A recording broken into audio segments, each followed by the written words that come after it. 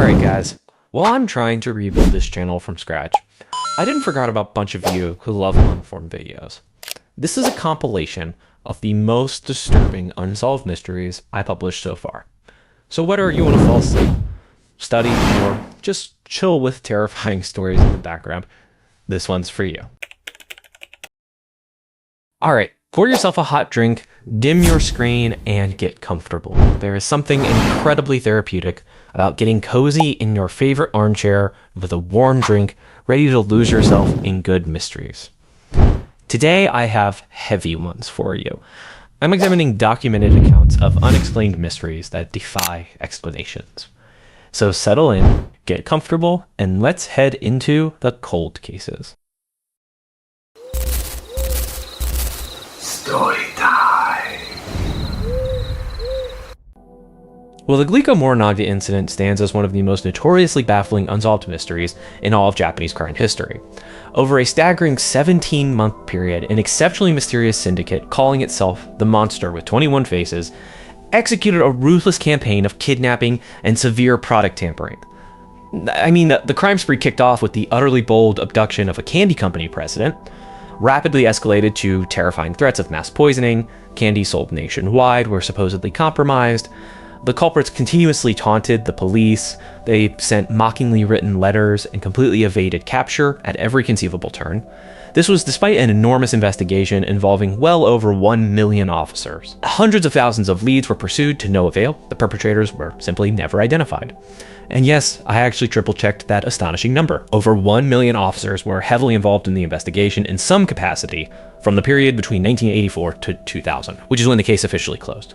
Right, so the incident originally began on March 18th, 1984. Two masked men brazenly broke into the private home of Katsuhisa Ezaki. He was the president of Ezaki Glico, the renowned maker of popular treats like Pocky. Around 9 in the evening, the intruders ruthlessly tied up Ezaki's wife and his young daughter, then abducted the executive straight from his bathtub. He was driven to a desolate warehouse in Osaka, while still completely naked, held captive. The kidnappers very soon issued a massive ransom demand to the Glico Corporation. They explicitly wanted 1 billion yen in cash and 100 kilograms of solid gold bullion for Ezaki's safe return. However, Ezaki actually managed to escape on his own volition after about 3 days in harrowing captivity, well before any ransom was ever paid out. Unfortunately, he could not clearly identify his masked captors. This left the police with frustratingly few clues. This dramatic abduction of a high-profile executive sent immense shockwaves through Japan, setting the dark stage for the incredibly strange campaign that swiftly followed. In the anxious weeks after Ezaki's escape, Glico came under further attack. Several company vehicles parked in Glico's factory lot were mysteriously set ablaze. Afterwards, on April 16, 1984, a plastic container filled with highly corrosive hydrochloric acid was shockingly discovered inside a Glico office building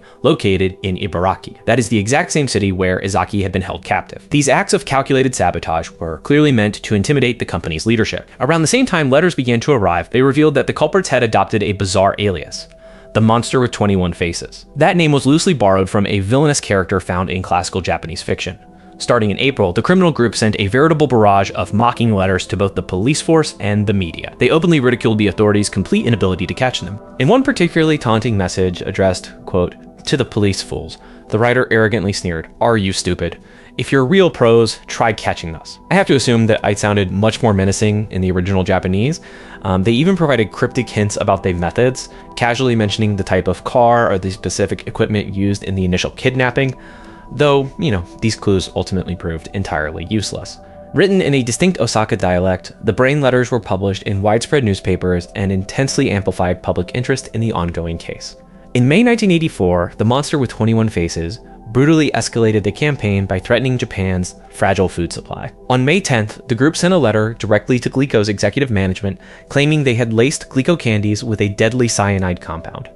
They warned that these poison candies would be strategically placed on store shelves if their massive demands were not immediately met. This severe threat forced Glico into a nationwide product recall. Supermarkets hastily emptied their shelves of Glico's popular sweets. Panicked consumers actively avoided the brand. Although no actual cyanide-laced Glico products were ever found, the threat essentially appears to have been a very well-executed bluff. Still, the scare inflicted massive financial damage on the targeted company. Glico reportedly lost the staggering equivalent of $20 million and had to lay off hundreds of workers. Notably, in a country where lifetime employment was traditionally seen as the unquestioned norm, this had the additional crushing effect of humiliating the executives. The Monster with 21 Faces seemed to truly revel in the absolute chaos they caused. One letter even gloated over Glico's mounting losses. It was almost as if the criminals' true goal was to upend large food companies rather than simply collect a ransom. By late June 1984, after several agonizing weeks of this psychological torment, the shadowy group suddenly announced an unexpected ceasefire against Glico. In a puzzling message dated June 26th, they proclaimed they were, quote, forgiving Glico. The relentless harassment of that company abruptly stopped. Now, some have heavily speculated that a ransom was actually paid in secret here. There is absolutely no concrete evidence to suggest that actually happened, however. Glico and the anxious public breathed a massive sigh of relief, but the monster with 21 faces was far from finished. They were just about to shift their sinister focus to other prime targets. After backing off Glico, the extortionists quickly turned their dangerous attention to another confectionery giant, Morinaga and Company. In October 1984, a chilling letter addressed to the, quote, moms of the nation warned that 20 packages of Morinaga candy had been laced with lethal sodium cyanide. This time, the threat was undeniably real. Police scrambled to frantically search stores from Tokyo all the way to Osaka. They discovered more than a dozen candy packages sitting on retail shelves that had clearly been tampered with. The group had indeed placed lethal doses of cyanide directly into popular Morinaga products. Interestingly, they helpfully affixed warning labels on the packages reading, quote, danger contains toxins. This was apparently done in an effort to prevent any actual physical harm to consumers. Fortunately, no one was poisoned. The sinister message was chillingly clear, though. The perpetrators even teased that next time there may be no such helpful labels, darkly implying a future incident could easily be deadly. The terrifying discovery of poison candy caused widespread, palpable fear. Morinaga's products were aggressively boycotted by retailers. The company had to slash its daily production by an astonishing 90% amidst the unfolding crisis. Notably, this was an even harder financial hit than the one suffered earlier by Glico. So the monster with 21 faces also issued direct, aggressive extortion demands to Morinaga's leadership. On November 1st, 1984, the Morinaga company's vice president received a terrifying letter threatening to completely destroy the company if a ransom of 200 million yen was not paid. This ransom amounted to approximately $850,000 in 1984. Adjusting for modern inflation, that is roughly about $2.5 million today. The letter even gave incredibly detailed instructions for exactly how Morinaga should publicly signal compliance. It explicitly told them to place a coded message functioning as a missing person ad in a specific daily newspaper on a very certain date. Morinaga dutifully followed the bizarre instructions and ran the requested ad with the secret keywords on November 6th, effectively agreeing to pay the money. However, the criminals mysteriously never showed up to collect their prize. Around this highly chaotic time, the group expanded their severe threats to other regional firms as well. They sent very similar letters to prominent food companies like Marudai Ham and House Food Corporation. In one tense incident in June 1984, an undercover police officer posing as a Marudai employee attempted a high-stakes ransom drop of 50 million yen. However, he quickly noticed a suspicious, quote-unquote, fox-eyed man closely monitoring him from the shadows.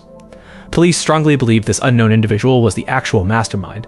He ultimately managed to elude their capture. The ongoing inability to catch the monster with 21 faces became a profoundly major embarrassment for law enforcement. The frustrating cat and mouse game continued deep into mid-1985, with the criminals repeatedly sending letters. The police just kept accumulating failure after failure. The immense stress of the situation finally culminated in a truly tragic event in August 1985. The esteemed head of the Shiga Prefectural Police Superintendent Shoji Yamamoto immolated out of sheer shame and professional remorse. Just 5 short days later, on August 12, 1985, the shadowy extortionists sent what would be their very final message. In it, they coldly derided Yamamoto as stupid, but surprisingly declared that they would officially halt their campaign. We decided to forget about torturing food-making companies, the typed letter announced. It went on to claim that if any similar crimes occurred in the future, it would merely be copycats. The group's parting words were fittingly both smug and edgy. Quote, "We are the bad guys." It's fun to lead a bad man's life with this. The monster with 21 faces vanished just as mysteriously as they had originally arrived.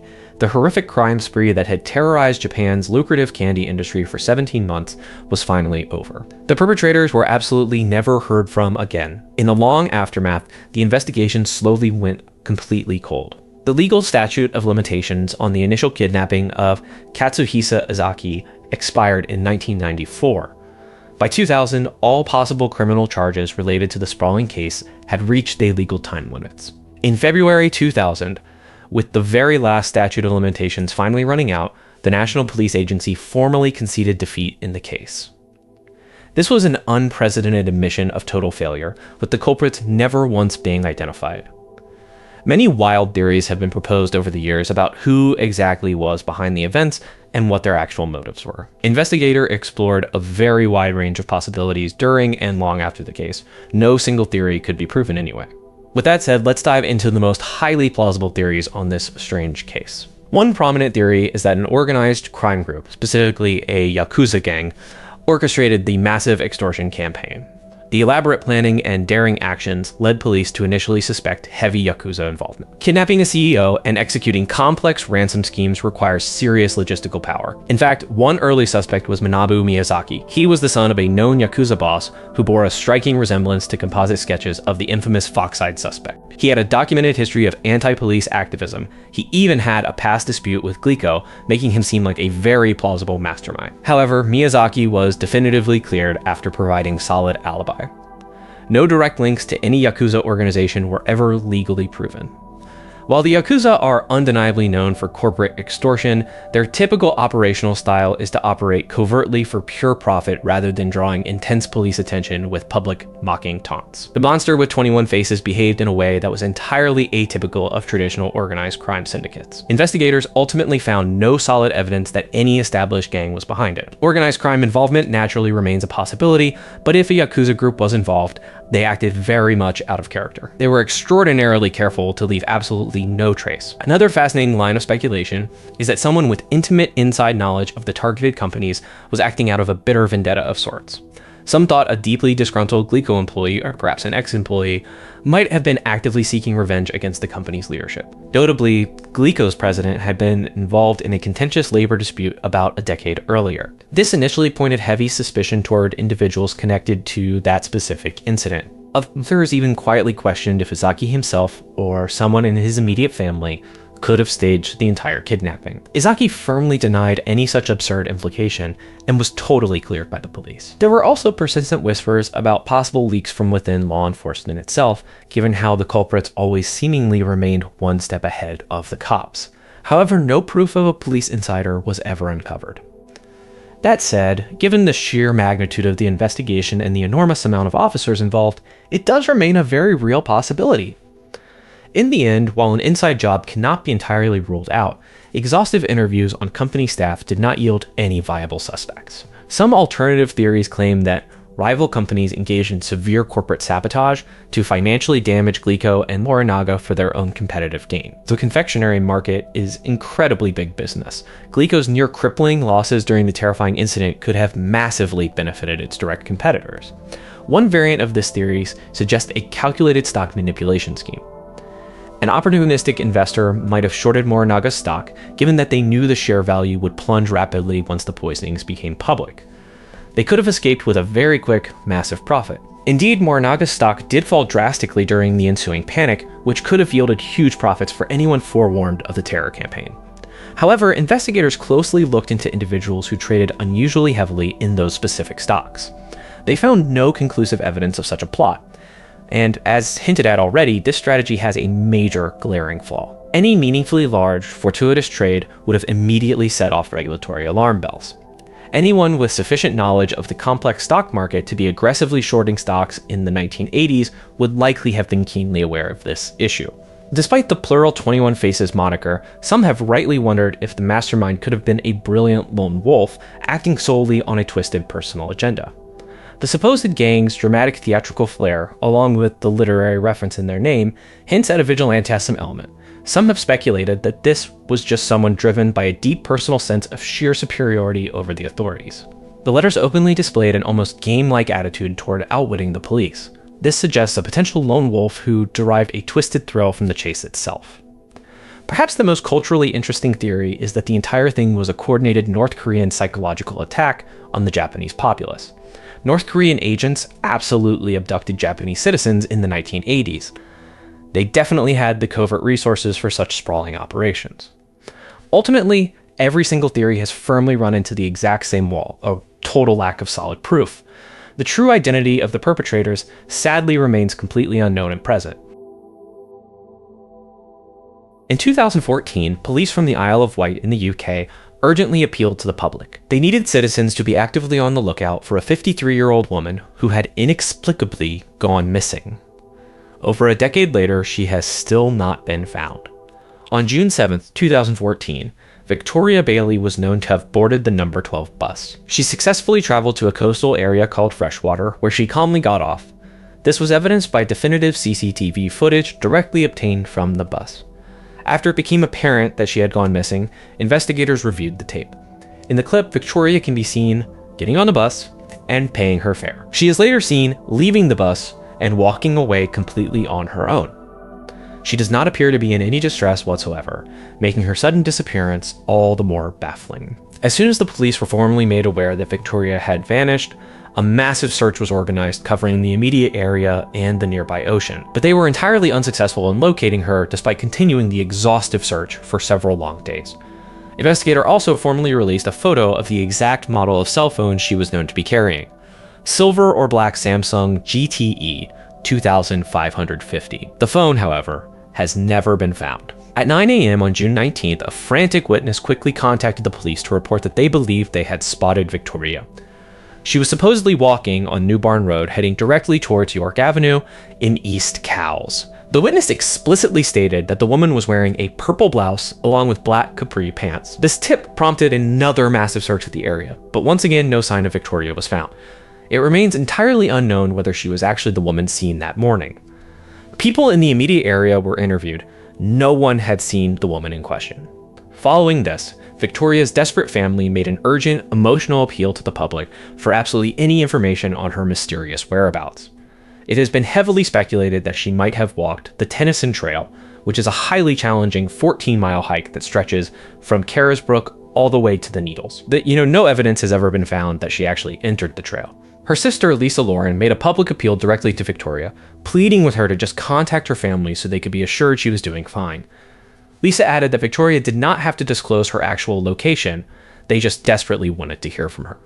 With practically no further leads, the police pleaded with other passengers on the number 12 bus that day to come forward with any tiny piece of information, such as where Victoria might have gone after getting off the bus. They speculated that she might have spoken to a fellow passenger and casually mentioned her plans for the day. However, nobody has come forward with any additional information. Victoria was last seen wearing a beige jacket over a dark top. She also had blue jeans and sunglasses. She was actively carrying a backpack, and it is heavily believed she may have changed her outfit since she was last seen on camera. And if you have somehow seen Victoria or have absolutely any information on her cold case, you are urged to contact the Newport Police Station by immediately dialing 101. You should refer to case number 44142577. The Knights Templar, a highly famous medieval military order, have long been the subject of wild legend and endless theories. One of the most persistent claims is that the powerful Templar secretly worshipped a mysterious idol called Baphomet. This was a severe charge first levied against them during the dramatic 14th century trials. The term Baphomet actually first appeared decades before the Templars' trials even began, during the Bloody Crusades. In a 1098 letter, a crusader vividly described the Muslim Turks at the grueling siege of Antioch, calling upon Baphomet. Most modern scholars interpret this as a simple corruption of the name Muhammad. Medieval European crusaders generally mischaracterized Islam as pure idolatry.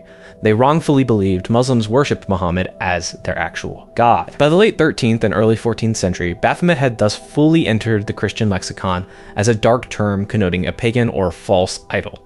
Against this tense historical backdrop, the Knights Templar suddenly fell under deep suspicion. On October 13, 1307, King Philip IV of France ordered the shocking mass arrest of the Templars operating in France. This drastic move was motivated largely by his massive financial debts to the incredibly wealthy order. He basically harbored a deep desire to outright seize their valuable assets. Philip, operating with the willing cooperation of Pope Clement V's inquisitors, aggressively accused the Templars of numerous vile heresies. Over 100 distinct charges were leveled against the order. These included the denial of Christ, spitting on the Holy Cross, and illicit practices. Worshipping an idol named Baphomet was prominently featured. Notably, many of these harsh accusations closely mirrored those earlier aimed at other bitter enemies of the church, such as the Cathars. This heavily suggests a convenient template of charges rather than unique misdeeds. Under the extreme pressure of physical torture and brutal imprisonment by the medieval Inquisition, some Templars eventually confessed to these wild charges. The idol of Baphomet prominently featured in several such forced confessions. Descriptions of it, however, varied wildly. According to the official trial records, different Templars gave highly contradictory accounts. Some described a severed head. Others mentioned an idol possessing 3 faces. Others spoke of a human skull or even a strange cat figure as the main object of veneration. It is highly important to strictly note that no physical idol or tangible evidence of Baphomet was ever produced. The name Baphomet itself did not even appear in the initial royal arrest warrants of the formal papal charges. Those early documents only generically accused the Templars of the adoration of idols. The highly specific name emerged solely from the brutal interrogations, heavily suggesting it was driven by the leading questions or paranoid expectations of the inquisitors themselves. Of 231 knights relentlessly interrogated in Paris, only 12, barely 5%, confessed under torture to knowing absolutely anything about Baphomet. Notably, far greater numbers confessed to other charges, such as much more routine claims of blasphemy. This vast disparity clearly indicates that under extreme physical duress, the Baphomet charge was not widely substantiated compared to more mundane forced confessions. However, the zealous inquisitors did not take this to actually mean that Baphomet did not exist as an object of worship. Rather, they bizarrely concluded that the Templar held Baphomet so incredibly dear, they would just not name the precious idol. During the lengthy trials, many Templar bravely withdrew or recanted their false confessions when they were not actively facing torture. Contemporaries were often highly skeptical of the more outlandish accusations. Even Pope Clement V initially doubted Philip's wild allegations. Outside of France, papal investigations occurring in other regions, such as England, Portugal, and the Holy Roman Empire, found practically little evidence of heresy. Many accused Templars in those specific regions were eventually exonerated or simply given very light penances. In France, however, Philip's immense political pressure prevailed. The Templars' Grand Master, Jacques de Molay, dramatically retracted his forced confession after years of brutal imprisonment and declared the ancient order's total innocence. For his astounding audacity, he was mercilessly put to the torch in 1314. Modern historians widely agree that the Templars' supposed worship of Baphomet was an entirely false charge, lacking any genuine historical proof. The overwhelming consensus is that the confessions were both heavily coerced and thoroughly unreliable. They relied completely upon typical brutal methods associated with the infamous Inquisition. Notably, many historical contemporaries did not actually believe the Baphomet confessions to be legitimate. However, they did deeply suspect that many Templars had quietly become crypto-Muslims. Modern historians generally completely dismiss the idea that the Templars would suddenly en masse adopt the strict doctrines of their mortal enemies. That said, there were rare cases of individual Templar converting to Islam.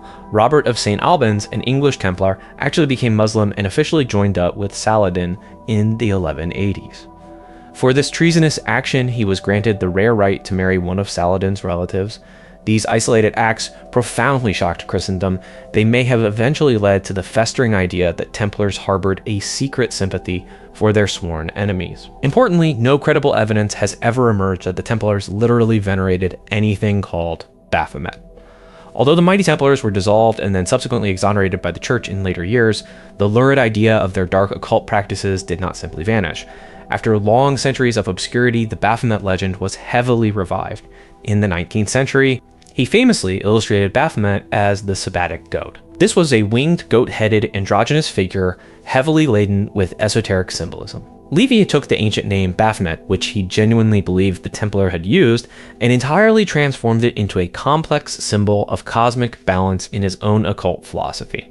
Since this specific time, Levy's iconic goat-like depiction of Baphomet has easily become the best-known image of this fictional entity.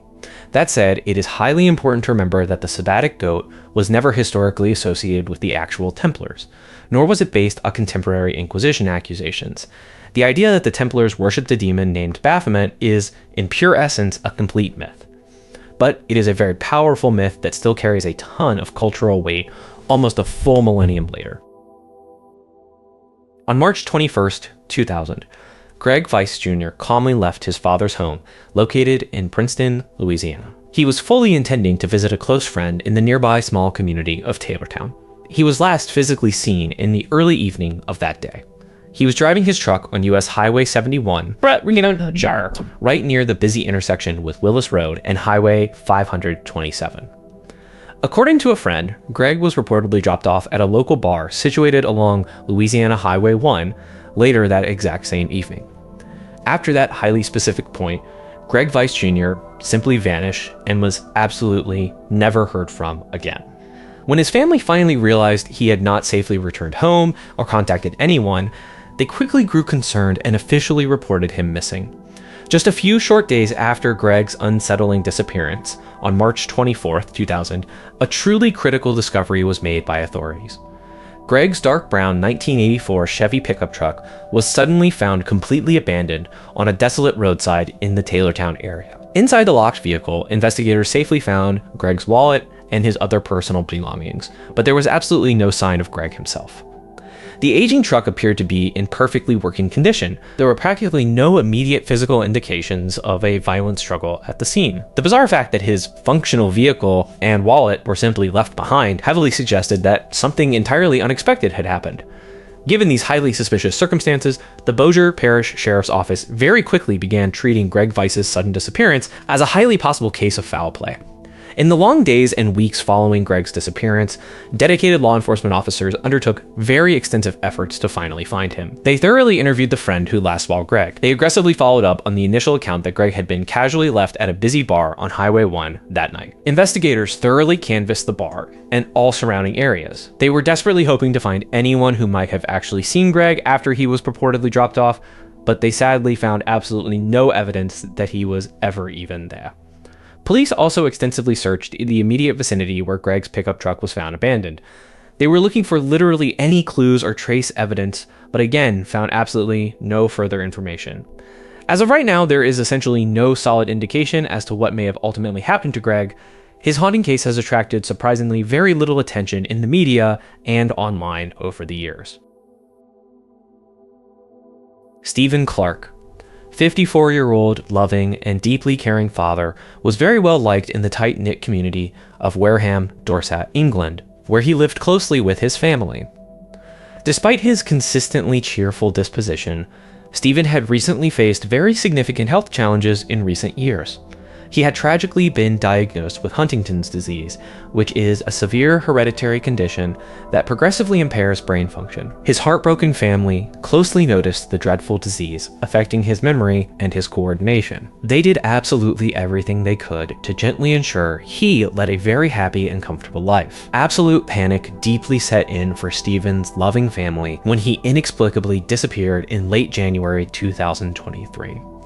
On the quiet morning of January 6, 2023, Stephen followed his entirely usual daily routine. Eyewitnesses clearly reported seeing him inside a local shop in Wareham right around 9 a.m. Later on, locals easily spotted him standing outside the Garden Gate Tea Room at approximately 10 a.m. When Stephen unexpectedly failed to return home, his family quickly became alarmed and frantically contacted the Dorset police. Given Stephen's highly vulnerable health conditions, the Dorset police very quickly launched a massive search operation. CCTV video footage clearly revealed Stephen's very last known movements. The cameras caught him slowly walking down Bell's Orchard Lane at precisely around 11 a.m. After this entirely mundane moment, he mysteriously vanished. There have been absolutely no further sightings or communications from him since. The local community has overwhelmingly shown immense support for Stephen's devastated family. The Dorset Police, working in close collaboration with the Dorset Coast Guard, the Royal National Lifeboat Institution, and the highly trained Hampshire Search and Rescue Team, have tirelessly conducted very extensive geographic searches. The Dorset Police heavily suspect Stephen may have accidentally fallen into the rushing River Frome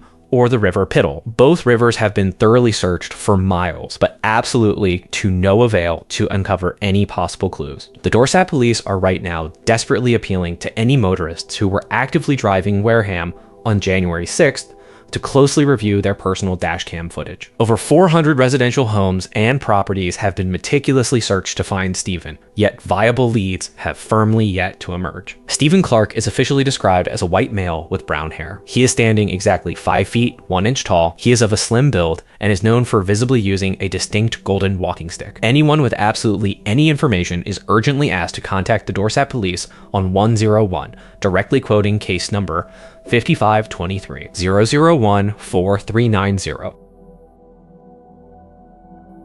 On October 16, 2022, Lucinda Miller was clearly captured on security CCTV in southeast Melbourne. It was exactly 11 a.m. and Lucinda was warmly dressed in a jacket. She also wore a beanie. Within a mere hour, she would completely vanish, leaving her desperate loved ones incredibly confused and scared. At the precise time of her unexplained disappearance, Lucinda was exactly 24 years old. She had recently lost a very significant amount of weight, and some news reports heavily suggested she may have actually had underlying health issues. Shortly after being seen on the CCTV camera, Lucinda quickly ordered an Uber. The hired driver smoothly dropped her off roughly 30 minutes later right near Belgrave.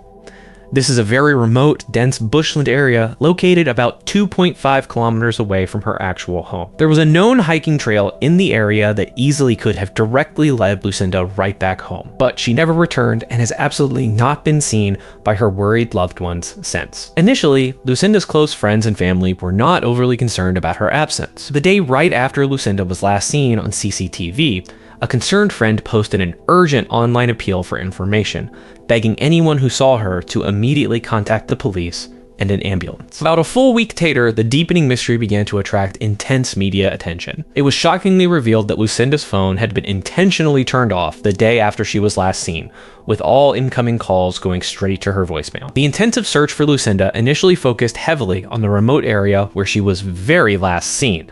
However, as the massive investigation slowly progressed, it seemed she had actively left the immediate area. A day after the CCTV footage was recorded, there was a highly reported sighting of Lucinda exactly 8 kilometers away in Bayswater East. This promising lead prompted police to massively expand their search grid, but there was still absolutely no sign of her anywhere. Although the sighting was officially deemed credible by investigators, there was absolutely no CCTV evidence to physically support it, and the baffling case quickly went completely cold. Despite this massive setback, Lucinda's friends stubbornly continued their own desperate efforts to finally find her. Police publicly stated they definitively did not believe anyone else was actively involved in Lucinda's sudden disappearance. The helpful Uber driver who asked while her alive was entirely cleared and not suspected of any wrongdoing. It strongly appeared as though Lucinda simply did not want to be found. Without proper shelter, it was highly unlikely she would be found alive in the harsh elements. However, in November, there were 2 more highly compelling sightings reported. On November 5th, someone perfectly matching Lucinda's exact description was spotted far away in Portland, southwest Victoria. 3 short days later, there was another credible sighting, this time located in Colac. Lucinda is officially described as being 5'5", with a very thin build and blonde hair. She was last definitively seen wearing pink pants. During the Colac sighting, witnesses noted she was actively carrying a black shopping cart. Anyone with absolutely any information regarding Lucinda Miller's whereabouts should instantly contact the local police at 56-222-7111. The desperate search for answers still continues, and her devoted family and friends deeply hope for her totally safe return. Well, let us start in 1976. Sherry Roach was a 17-year-old girl living in a group home in San Mateo, California. She had endured a deeply turbulent childhood, growing up in Santa Rosa in what her younger brother Jerry described as a violently unstable household. This instability drove Sherry into the foster system, bouncing between multiple group homes just to find some basic safety. These environments were far from ideal. Sherry ran away frequently. A coping mechanism, basically. Despite all this chaos, she held on to one constant: her brother. Whenever she took off, she would always, without fail, reach out to let Jerry know she was okay. Right? That was her pattern. By June of 1976, she was still based in San Mateo. She had managed to secure a part-time job over in San Francisco, a distance of roughly 20 miles. To get to work, she relied heavily on public transit or hitchhiking, which, was pretty standard for teenagers in the 1970s. Then came the morning of June 8th, 1976. Sherry walked out of her group home to catch her usual bus into the city. Just another ordinary commute, except she never made it back. A counselor eventually reported her missing after she failed to return from her shift. So what did the San Mateo Police Department do? They launched an investigation. Though by modern standards, it was frustratingly bare bones. Reading between the lines, it is obvious they pegged her as just another runaway. Because she lacked a strong family unit to aggressively advocate for her, the case quickly went cold. Yes, she had a documented history of running away. You can see why authorities leaned that direction. But remember her brother? The fact that absolutely no one heard from Sherry after June 1976 was an enormous red flag. This sudden silence shattered her usual pattern. She had not just started over somewhere new. Something terrible, something final, had intercepted her. The investigation stalled.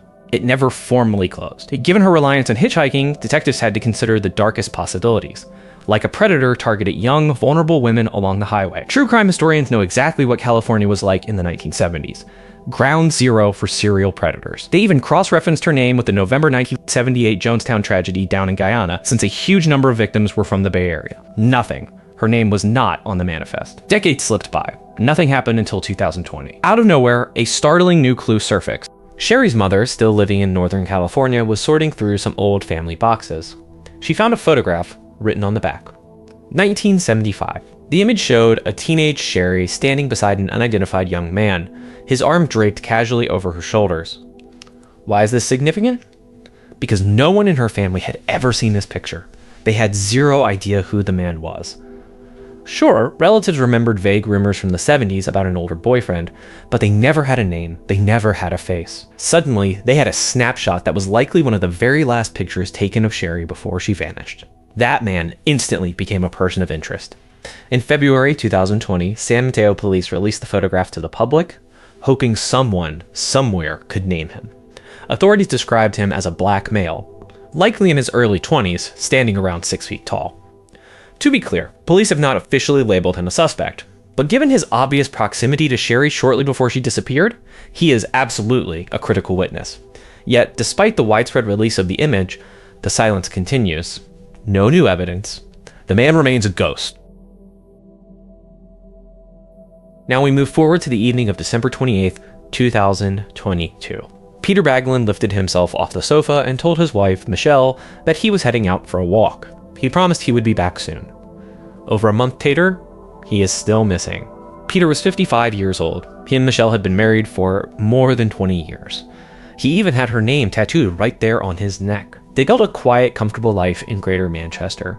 Doting on their 4 grandchildren, they had actually just finished celebrating the birth of their very first great-grandchild. According to Michelle, there was absolutely nothing out of the ordinary that night. Nothing that would make her think he was walking out of her life forever. It was a normal routine for Peter to wander down the local canal towpath in the evenings, just walking and listening to his music. At 7:38 p.m., a CCTV camera caught him at a Texaco garage over in Moseley Common buying a bottle of whiskey. Roughly 35 minutes passed before Michelle decided to call his phone just to check in. Peter answered. He told her he was strolling along the Bridgewater Canal, trying to clear his head. He never actually specified what was bothering him though. Michelle was worried naturally, but he reassured her he would be home soon. His final words on that call? "I love you, you are my world." He never came home. When Michelle tried calling again, the phone just rang out. She immediately reported him missing to the police. The very next day, a chilling discovery was made along the canal towpath. Searchers found Peter's phone, his hat, his earphones, all sitting together. It seemed entirely possible, likely even, that he had slipped and fallen into the freezing canal. This prompted a massive police underwater search covering that entire stretch of water. More than 200 local volunteers joined the physical search efforts along the banks. Nothing. No further clues materialized.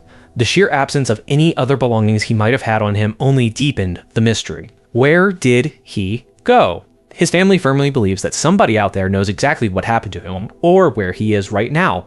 They are desperately urging anyone with even a fragment of information to contact Greater Manchester Police at 101, or you can call Crime Stoppers at 0800-555-111.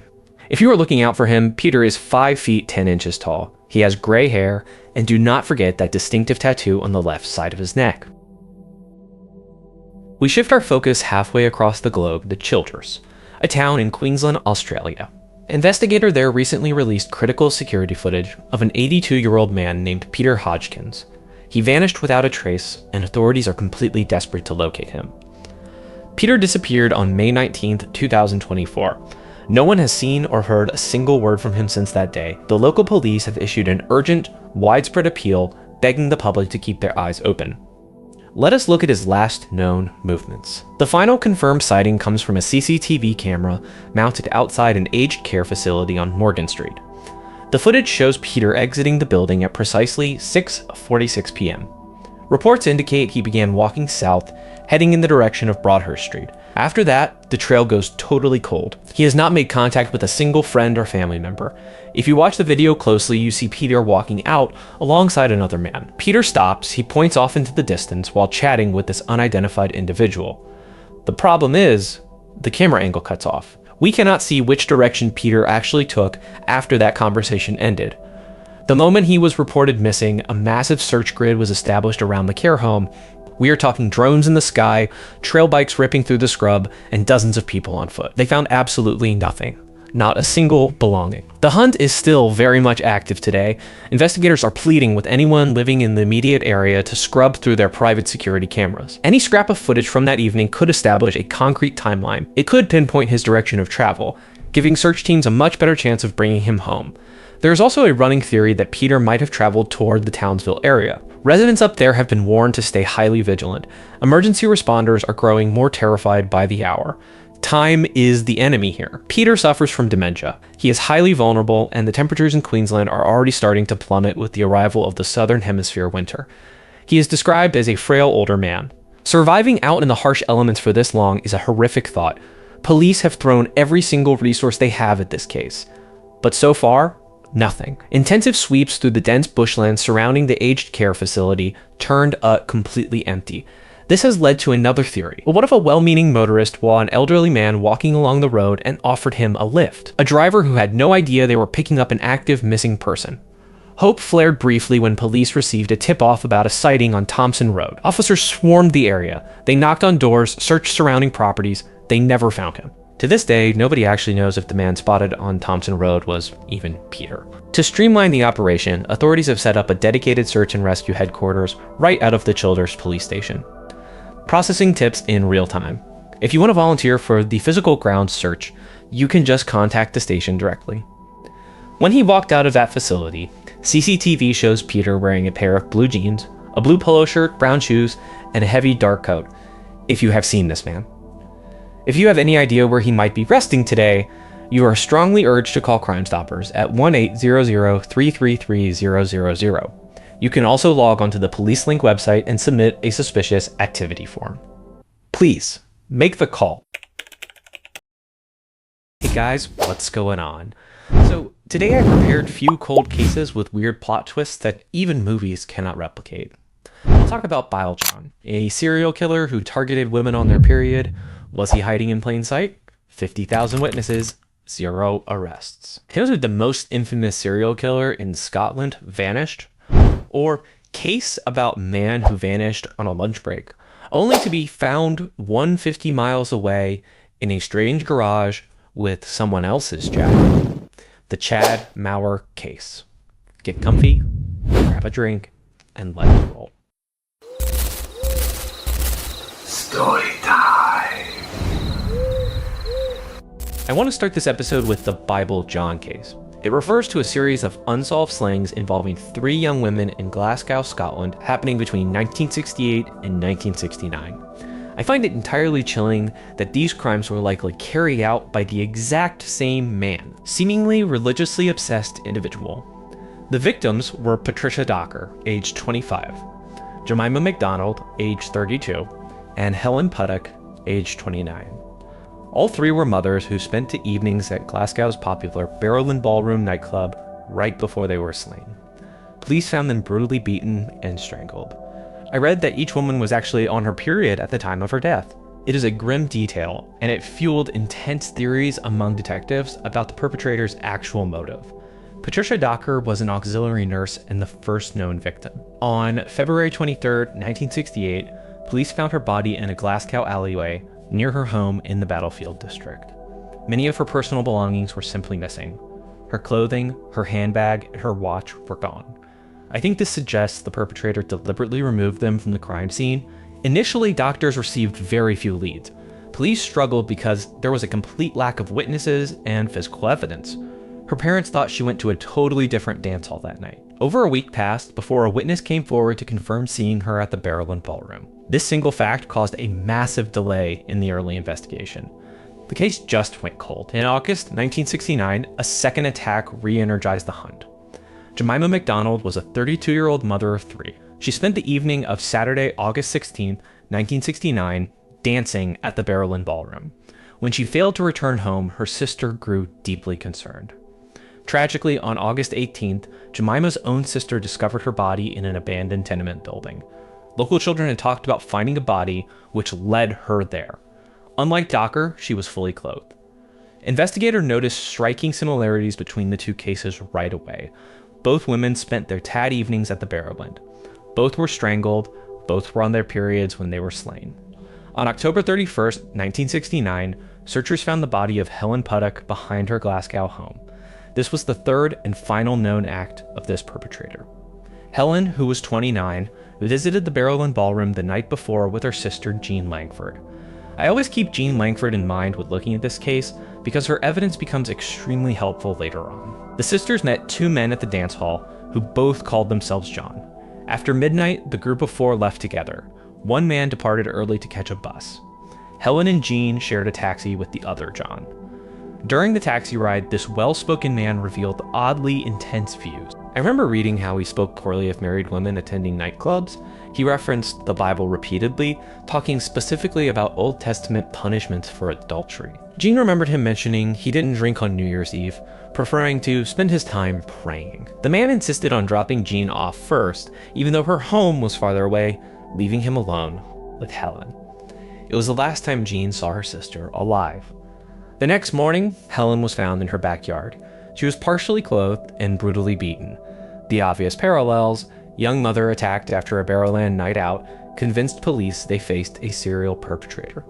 The manhunt escalated rapidly. Jean Langford provided a detailed description. She described a tall, slim man, well-dressed, in his mid-20s, with short reddish blonde hair and overlapped front teeth. Detectives distributed the drawing widely.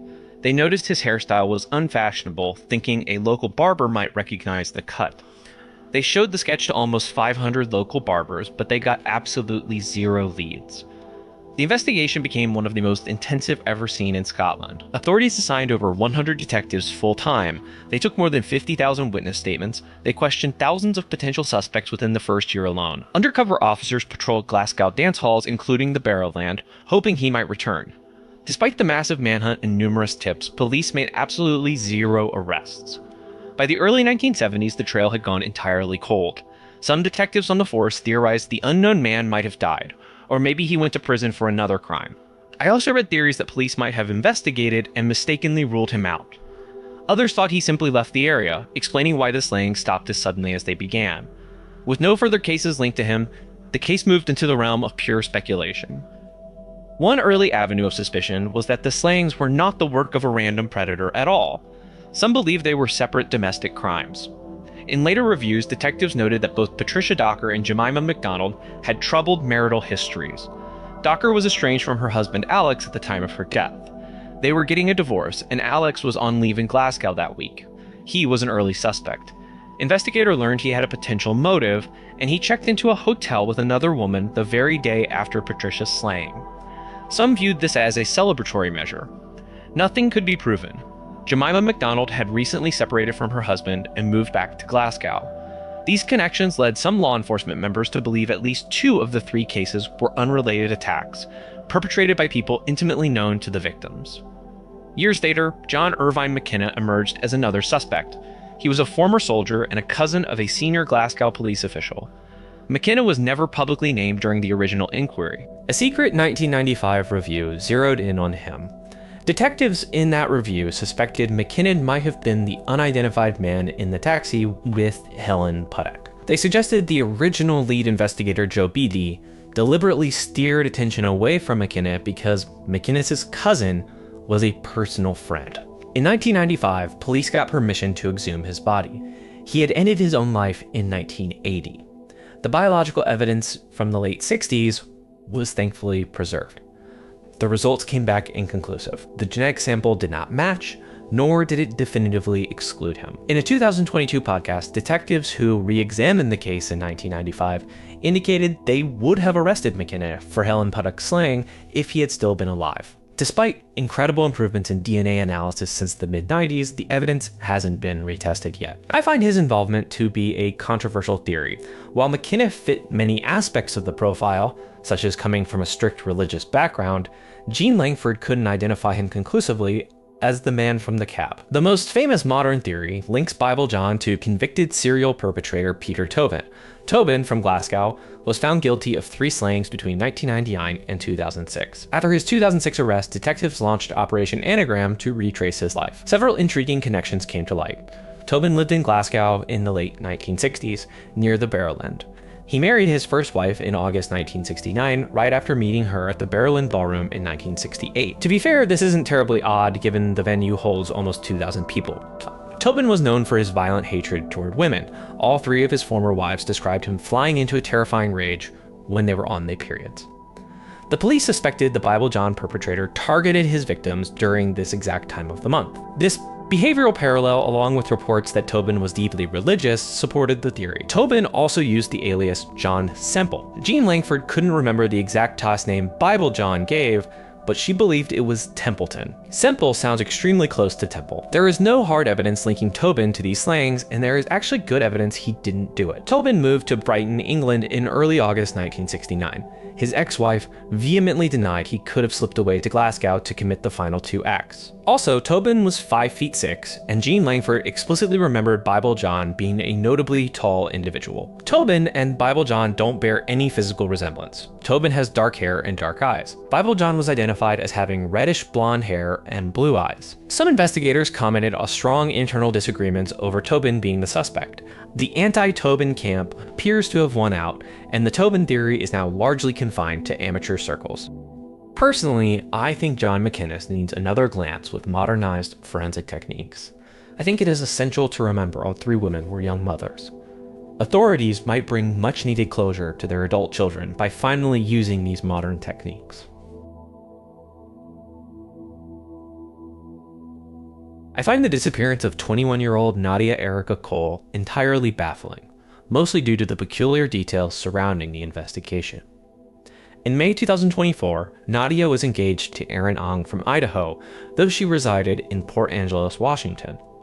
She had recently graduated from Washington State University and was eagerly anticipating a holiday trip to Italy with her mother, Beata.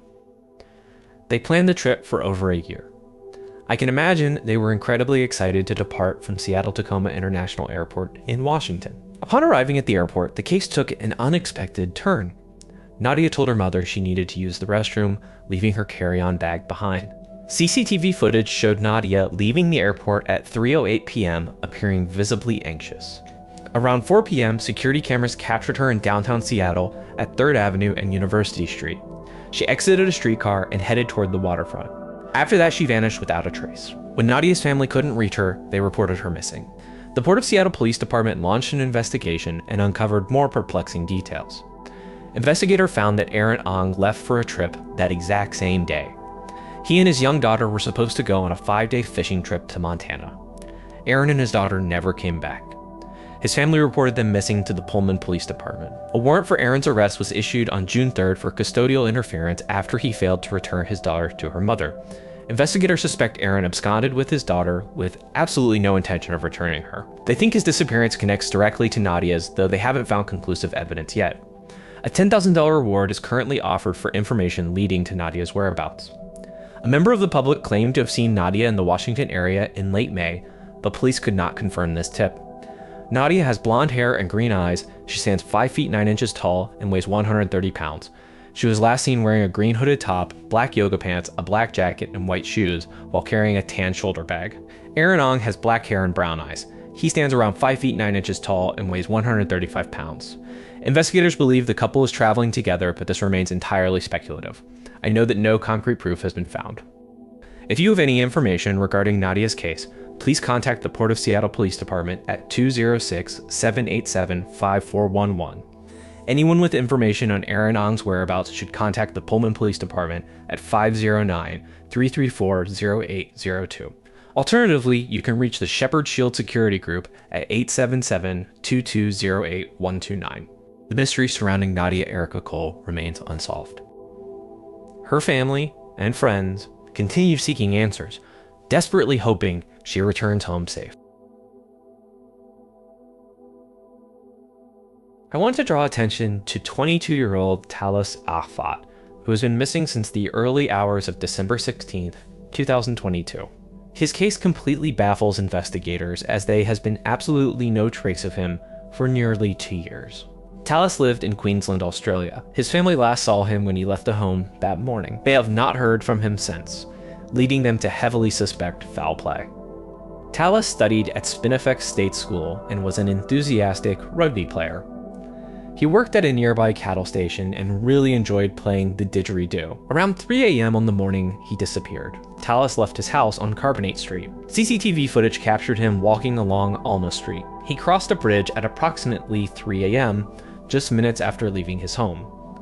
When friends and family were unable to reach him by December 19th, 3 days later, they filed a missing persons report. Despite a comprehensive land and air search, searchers found absolutely zero trace of Talis or his belongings. A Mount Isa police spokesperson noted it is highly unusual for a missing person investigation in the area to remain unsolved for such a long period, especially without any clues or witnesses coming forward. Talis's phone records showed zero activity since his disappearance. His bank accounts have also been entirely inactive. I think this leads many to believe he did not leave voluntarily. His family expressed deep concern for his safety and medical well-being. Talis actually required daily medication for a condition they did not disclose. Desperate for answers, Talis's family turned to social media, urging the community to report any sightings or information. They firmly believe his disappearance is suspicious. Investigators stated they found no evidence of foul play.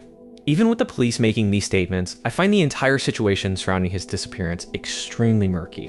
The investigation has completely stalled due to a lack of new leads. Talis's family continues hoping for his safe return. They keep posting messages on his Facebook account, practically begging him to contact them to alleviate their fears. However, as time passes, I know the likelihood of resolving his case naturally diminishes.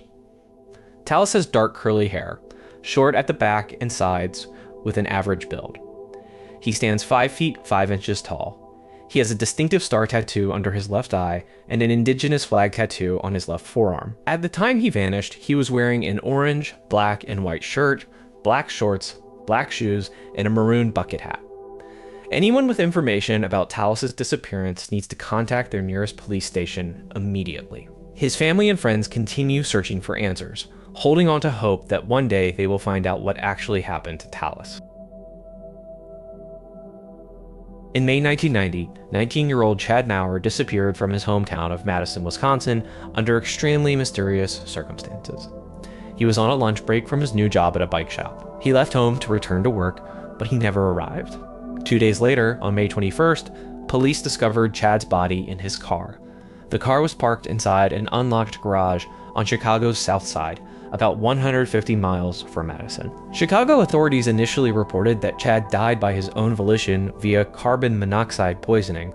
They noted he was found in the driver's seat with the car's ignition turned on.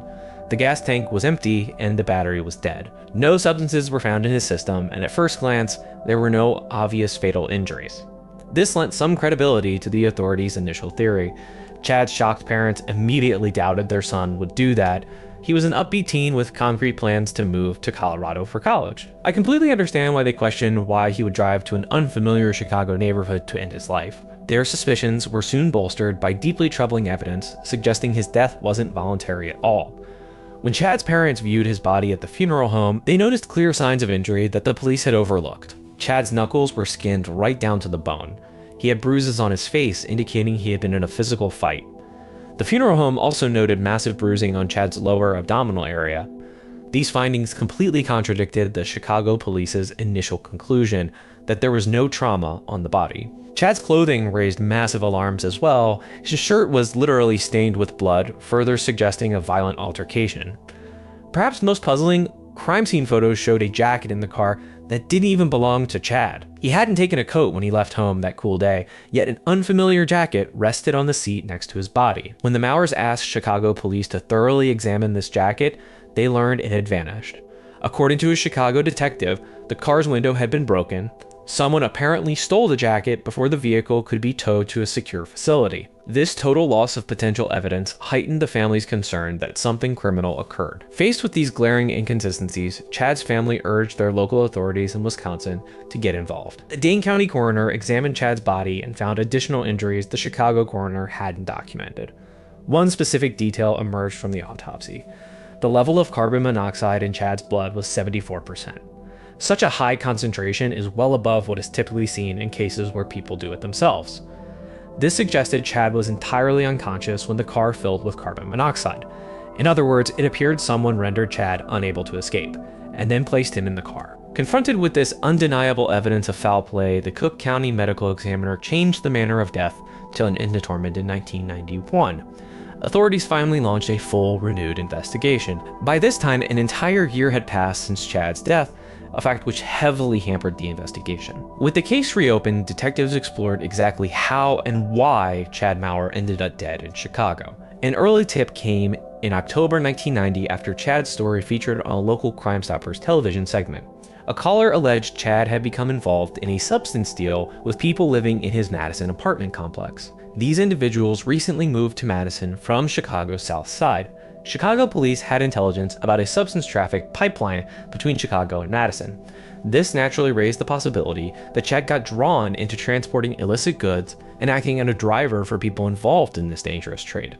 One of the detectives who initially worked on the case theorized someone offered the cash-strapped teen some quick money. Chad aggressively tried to save for a move to Colorado. He needed all the funds he could get.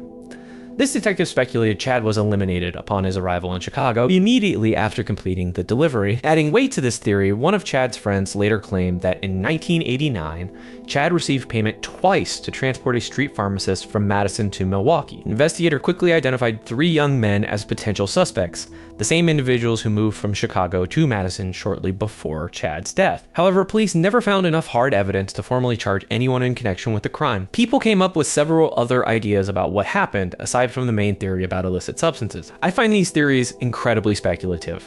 They don't appear based on any form of evidence whatsoever. For instance, one theory claims he traveled to Chicago for a romantic encounter, but was slain by the boyfriend of the girl he was hooking up with. While this is an interesting hypothesis, it is essentially pure fiction, entirely devoid of any connection to the facts of the case. So I want to talk about Jessica Zorinsky. She disappeared on the evening of November 25th, 2022. Despite being spotted on multiple CCTV cameras after her disappearance, these sightings haven't brought her family or the police any closer to resolving her case. Jessica was 30 years old at the time and suffered from health problems.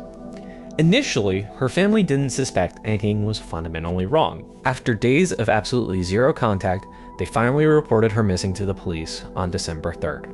The police immediately began a public appeal for information. The last known sighting of Jessica occurred around 1 p.m. in the Bossley Park area of Sydney, Australia. According to the missing person report, she was last seen wearing a yellow long-sleeve shirt, black leggings, and flat shoes. The police also released a CCTV image showing Jessica wearing a gray top earlier that exact same day. As part of the investigation, police thoroughly reviewed CCTV footage from the surrounding area. 3 days after her friends and family last saw her, CCTV cameras captured Jessica walking in a suburban area of Bossley Park. In this specific footage, she was wearing an orange sleeveless shirt and black leggings. She was first spotted on Xander Avenue at about 8:35 p.m. on November 28th. Then she appeared outside a club on Prairie Vale Road at 9:45 p.m. She was seen walking in the opposite direction roughly 5 minutes later. A short clip of this last known sighting was actively released to the public. It shows Jessica confidently walking across a road carrying a cream-colored handbag. She had not been carrying this bag when friends last saw her 3 days earlier. I think this puzzling footage only heightened police concerns about Jessica's overall safety.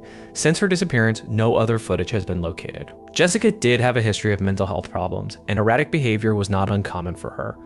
But she had never completely disappeared before. She is described as being 5 feet 5 inches tall with a thin build and long hair. She has tattoos on her right index finger, her left wrist, and the back of her neck. Anyone with information about Jessica Zorinsky's disappearance should contact Fairfield Police or Crime Stoppers at 1-800-333-000. I want to tell you about November 3rd, when an 84-year-old woman named Elena Roy vanished. She lived in Fallbrook, California, with Chris Catalio, her partner of 14 years. From what I uncovered, they got into an argument that afternoon. Around 1:30 p.m., Elena walked out the door, likely just to clear her head. Chris said he expected her back shortly. When she didn't return, he finally called the police to file a missing person report, making sure to mention her upcoming 84th birthday. I spoke with her family, and they were adamant she wasn't the type to just walk away. Sure, she enjoyed her walks, but she always came home within an hour. The part that really unsettled me was that Elena had developed dementia over the past few years, making her safety a major concern. During my research, I found out the authorities pulled surveillance footage from a local grocery outlet. It showed Elena walking around inside, but there was a catch. The camera caught her the day before she actually went missing. News spread fast. Hundreds of volunteers, 60 search and rescue crews, and even a helicopter combed the region. They found nothing. I checked the logs, and investigators monitored her bank accounts for 2 full days with zero activity. It turns out this was completely normal. Chris was the only one who withdrew funds, and Elena hadn't touched the money in roughly 2 years. Her relatives told me they were incredibly close to her, and she simply wouldn't go off the grid without a reason. Naturally, the family directed their frustration at Chris. He waited till 8:45 that night to even tell them she was gone, and then basically told them not to panic. I found his excuse flimsy. He claimed he spent hours driving around looking for her and only called when it got dark. Her family found it highly suspicious that he let a woman with failing memory wander off alone, especially since he had recently started going on walks with her for that exact reason. Chris also admitted to the cops he didn't knock on any neighbors' doors because he didn't want to wake anyone up. Later, I learned a fireman had previously found Elena walking along the highway and took her to the sheriff's station. When Chris showed up to get her, he acted as if he barely cared, a reaction the fireman found highly unusual. Chris tried to tell people Elena was pulling away from her family, but her relatives completely shot that down. 3 months later, he asked one of Elena's relatives to come get her things. When she arrived, she walked right into a garage sale. He was selling off Elena's clothes and personal items. The family was thoroughly creeped out by how he kept referring to Elena in the past tense. I watched an interview where he casually mentioned plans to move away because nothing was keeping him in Fallbrook anymore. Right now, a $10,000 reward is available for any solid information. If you know anything, you can call the San Diego Sheriff's Department Homicide Unit at 858-285-6286, or try the anonymous tip line at 888-58-08477. I find the case of Ellen Wilson just as baffling. The last time anyone saw her, she was withdrawing money from an ATM on CCTV. Her family is no closer to discovering what happened in this bizarre missing person case. The last time I can confirm someone actually laid eyes on Ellen was the evening of September 11th, 2015. She spent some time at the Australian Hotel, a pub located down in Ballin, Australia. I am not entirely sure if she had been drinking. Authorities believe she drove away in her silver Subaru station wagon. What happened next remains an unsolved mystery. Ellen officially became a missing person after she skipped a scheduled meeting the following day. Earlier on the day she disappeared, she spoke with a friend to plan some upcoming volunteer work. For her to simply not show up was completely out of character. When her friends couldn't reach her, they called the police. Like I do in many missing person investigations, I turned to the CCTV footage for answers. Ellen showed up on video in Lismore. Initial reports indicated this recording happened the day after her pub visit. However, when I looked at the still images released from that footage, they bore a timestamp of November 11th. I also found scattered reports of people spotting her car in the area over the next few months, but nobody ever corroborated those claims. Neither Ellen nor her Subaru has ever turned up. Police found no evidence of foul play, though they couldn't entirely rule it out. The timeline here is the deciding factor. If that CCTV footage actually recorded her on the day she vanished, Ellen likely disappeared on her drive home from the pub. The Australian hotel sits very close to the Richmond River, so it is entirely possible an accident caused her to end up in the water. But if the footage genuinely came from the next day, well, something else might have occurred between Lismore and Ballina. I check the databases regularly, and Ellen remains listed as a missing person. Her case is totally unsolved. She is described as a Caucasian woman with light brown hair and blue eyes, and she wears glasses. Her vehicle registration was CB76QX. If you hold any information that could help resolve this unexplained disappearance, I urge you to contact Crime Stoppers at 1-800-333-000. I want to shift focus to the early hours of October 15th, 2016. A 26-year-old woman named Katie Jones was walking home when someone shot and killed her. Katie worked as a waitress at the Midwood Smokehouse in Charlotte, North Carolina. That night, she hung out with friends in the Plaza Midwood neighborhood, a busy district known for its active nightlife. As the evening wound down, Katie started her walk home alone. I traced her route. She followed her standard path down the 1300 block of the plaza, heading toward Central Avenue.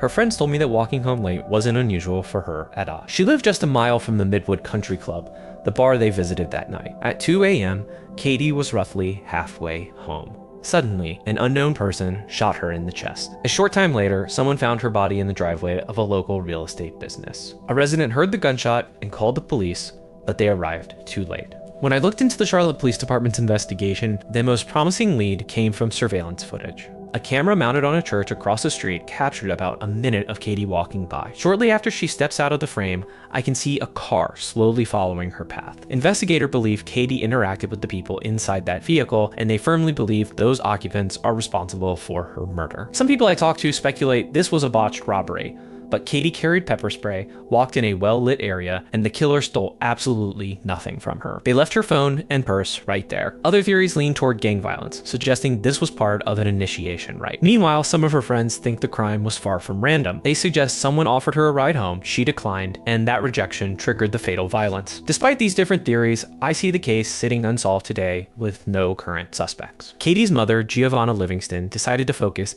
entirely on her daughter's life rather than the tragedy of her death. To honor Katie, her friends and family created a scholarship at the University of North Carolina, Charlotte. Katie had actually paused her education due to financial struggles. This scholarship aims to support others facing those exact same hurdles. As Livingston explained to me, Katie couldn't stay in college because she lacked funding. So for her to help somebody else achieve that goal would mean everything to her. She knows her daughter is smiling down. Let me tell you about Rona Louise Monasan. She was an 18-year-old college freshman back in 1972, attending the University of South Florida. Originally from Long Island, New York, she moved to Tampa for her studies and lived in a standard campus dormitory.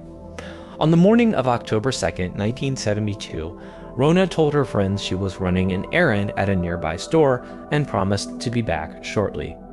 She drove away in her gray Chevrolet Impala and never returned to her room.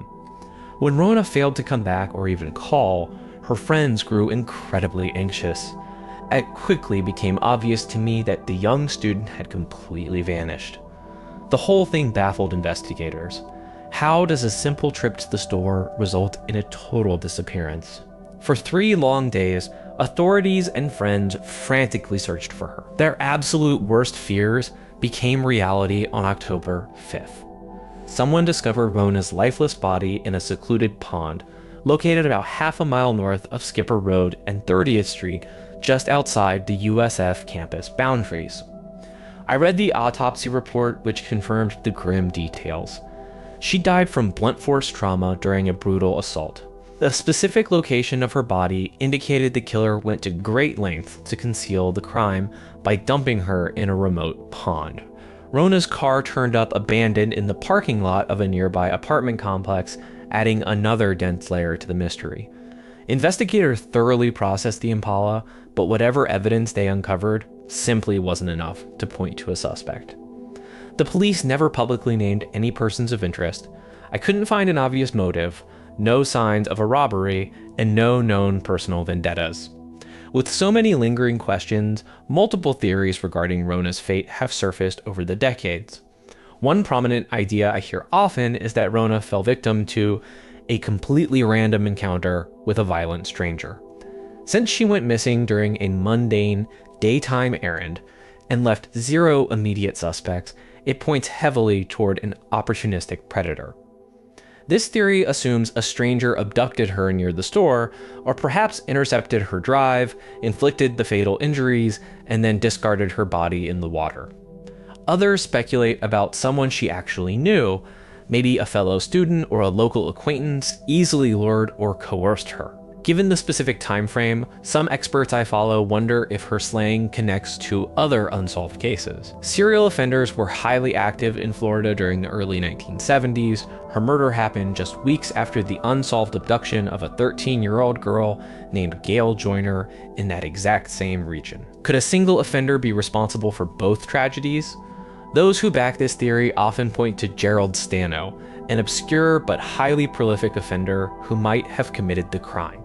Despite all these theories, investigators never officially confirmed a single suspect or a concrete motive. The case remains completely open on my desk. Okay guys, welcome back. Today I'm going to talk about the $250,000 diamond that vanished into thin air during a Monaco F1 crash. Who or what stole it? Also, about the bizarre case of the woman in room 233 and the photo that changed everything. You don't want to miss this episode. Let's go. Story time. On June 5th, 1991, a grim discovery was made. Well, a security guard working the shift at a Super 8 motel near Interstates 40 and 25 in New Mexico decided to physically check on room 233. The occupants had long since failed to check out as scheduled. They were absolutely supposed to be gone by that morning. The room was actually rented 2 days prior on June 3rd. A man using the name Eduardo Collin reserved the specific space for 2 people just for a single night. When motel staff finally opened the heavy door, they walked into a deeply unsettling scene. A woman was hanging directly from the bathroom shower head. Multiple empty alcohol bottles cluttered the immediate space. No signs of a physical struggle were immediately apparent to the workers, right? Local police quickly responded to the scene. The tragic death was initially treated as a solitary act she undertook entirely by herself. The body was already in an advanced state of decomposition. Warm June temperatures had actively swept through the local area. The room's air conditioning unit was switched entirely off. This heavily suggested she died very shortly after stepping foot inside the rented motel room, on the very night she arrived. There was no physical identification found with the body. Her personal belongings offered 0 names. She was immediately registered as a Jane Doe. In time, a crucial tip finally surfaced in 2021. She became informally known to the public as Becca. Investigators firmly believe this might actually be her real first name. The unidentified woman was officially described as a white or Hispanic female. She was somewhere between 25 and 35 years old. She stood about 5 feet 7 inches tall, weighing in around 140 pounds. She had this long, distinctly curly strawberry blonde hair and hazel gray eyes. Her ears were visibly pierced. She had absolutely no tattoos or distinguishing scars, just some minor abrasions located on her face and leg. A subsequent autopsy revealed heroin present in her system. The medical examiner noted the substance level was not inherently lethal, well, unless she had never actually used the narcotic drug before. The official cause of death remained asphyxiation by hanging.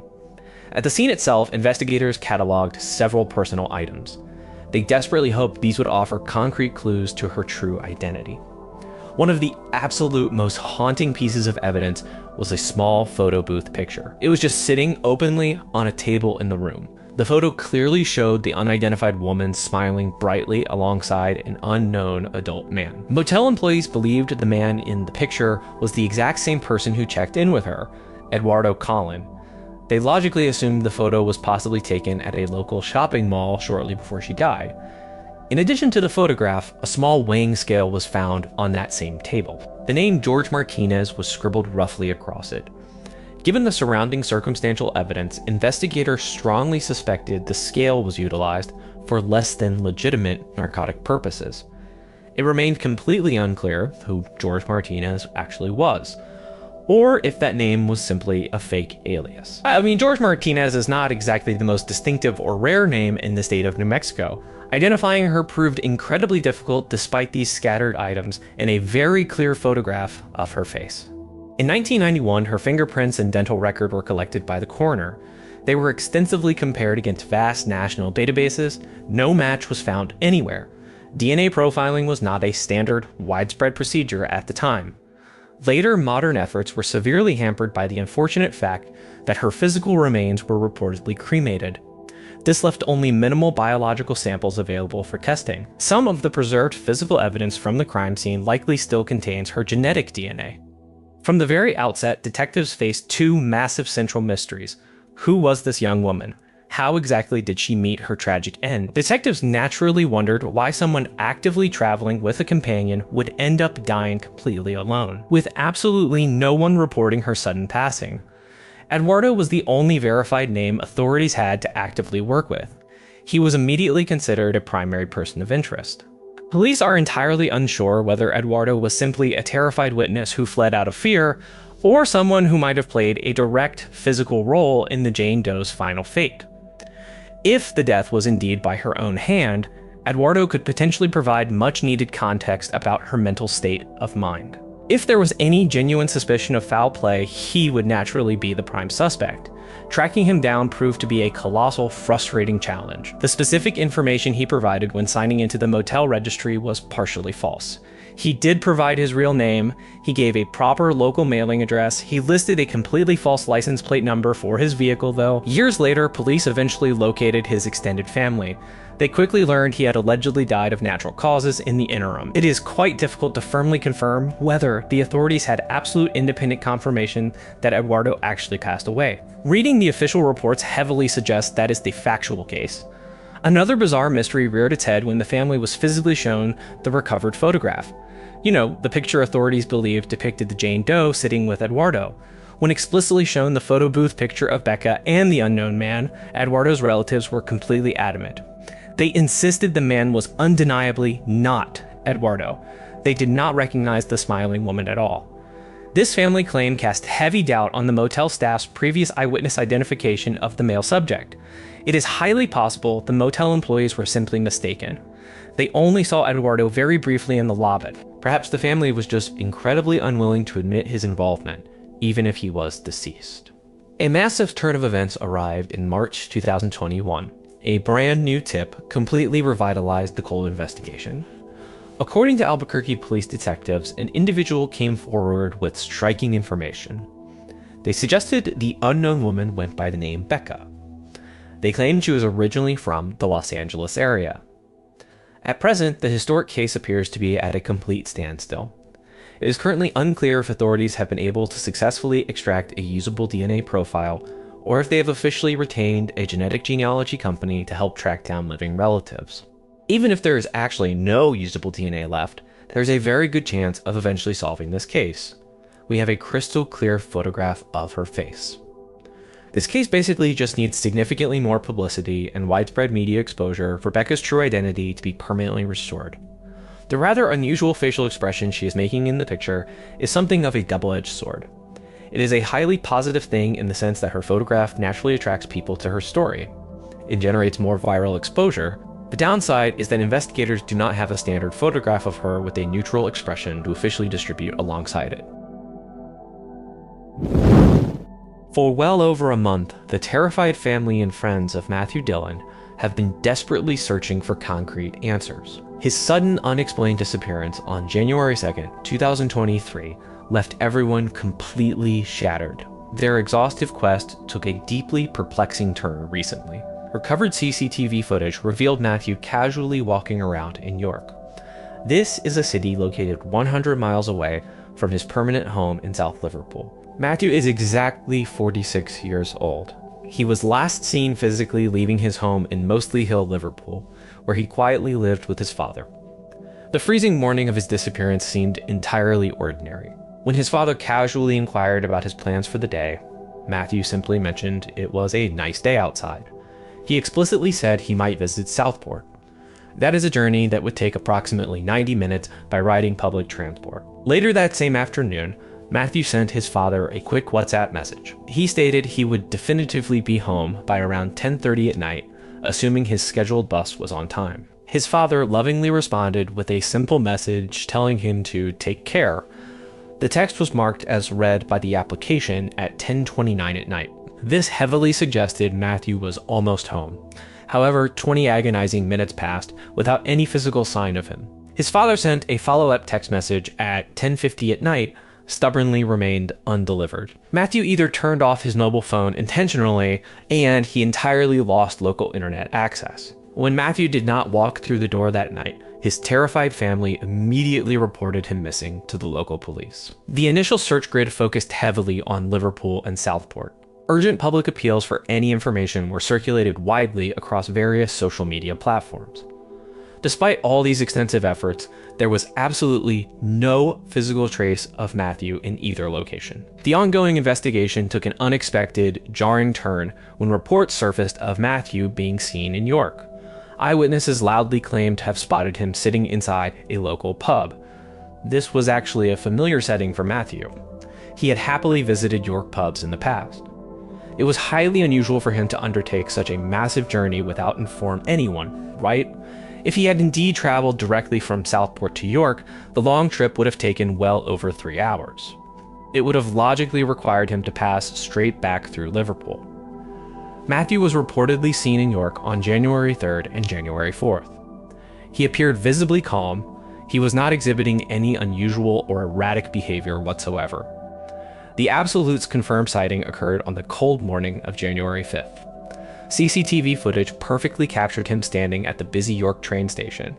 He was still wearing the exact same clothes he had on when he left his home in Liverpool 3 full days earlier. A heavy blue jacket, a dark-colored winter beanie, a simple messenger bag. Matthew is described as a white male of notably large build. He has short, sandy hair and routinely wears glasses. Anyone with any information about his highly unusual disappearance is heavily urged to contact North Yorkshire Police.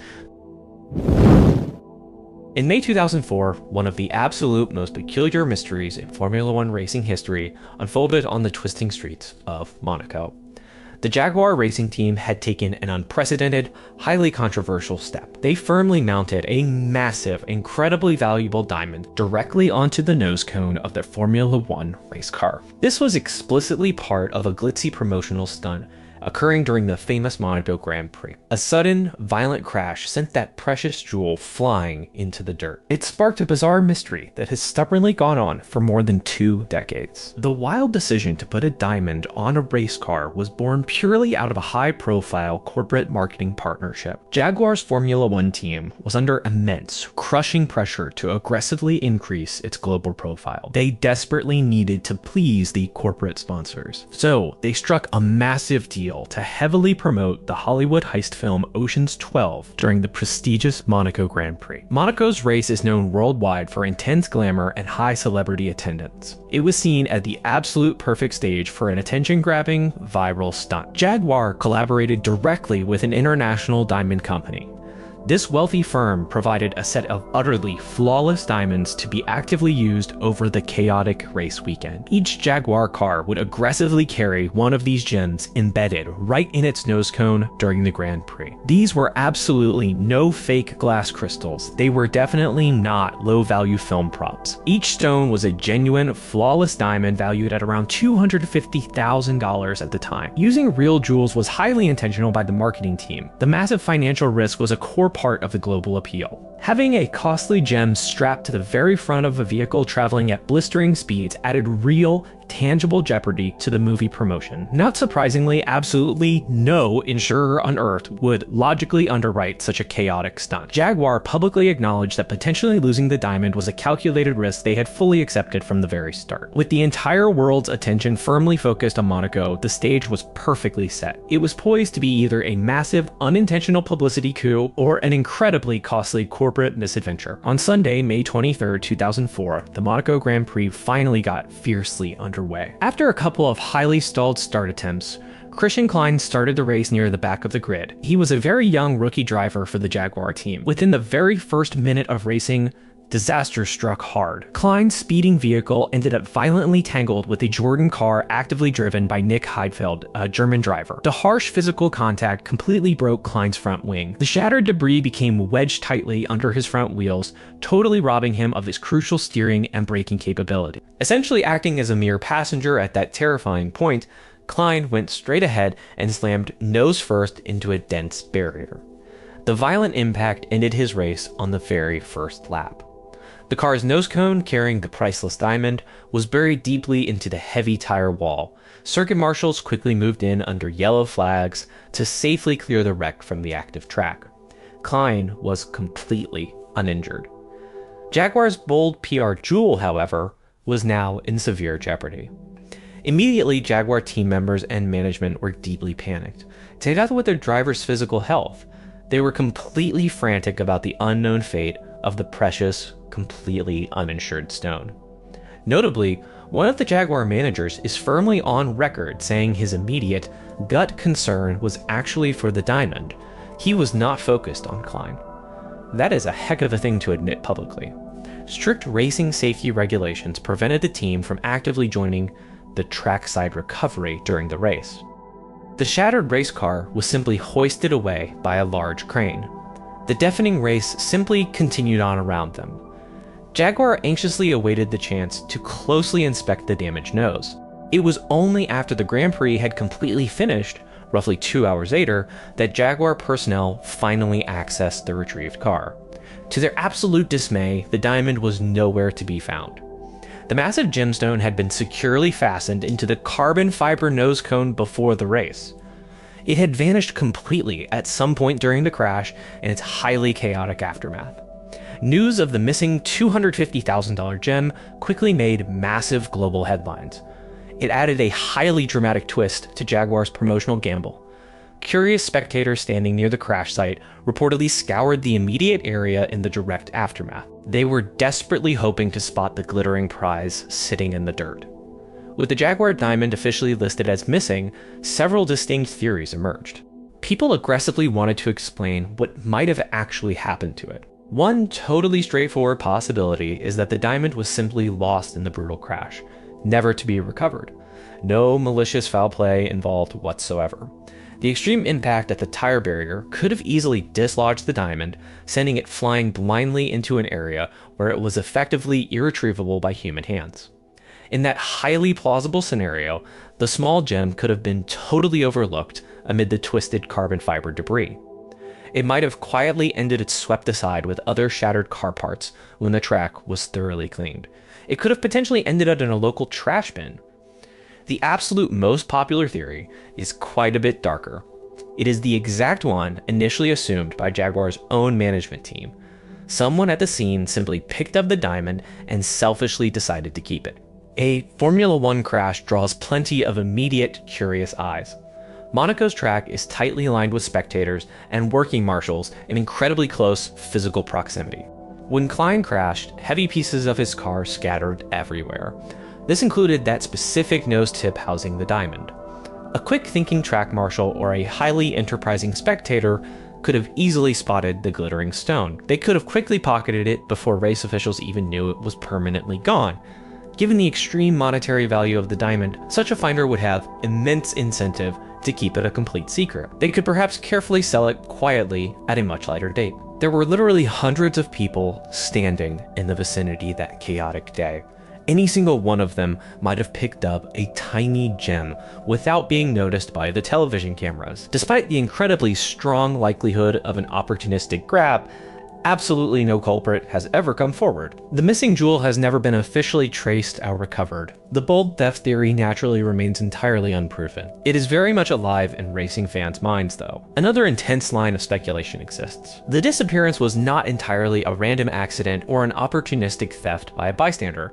It actively involved some inside knowledge or corporate planning.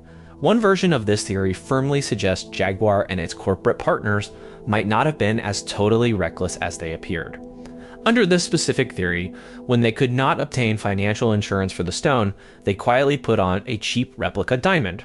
This replica obviously lacked the physical hardness or other structural qualities of an actual diamond. It may have simply shattered into fine dust during the high-speed incident. Loud supporters of this theory deeply question why race officials would have ever allowed Jaguar to affix an ultra-hard small projectile to the nose cone to begin with. Perhaps the most far-out theory of all involves pure calculated marketing. Jaguar purposely put a fake diamond on the nose cone of a rookie driver. They knew full well that he was exponentially far more likely to crash than a seasoned veteran driver.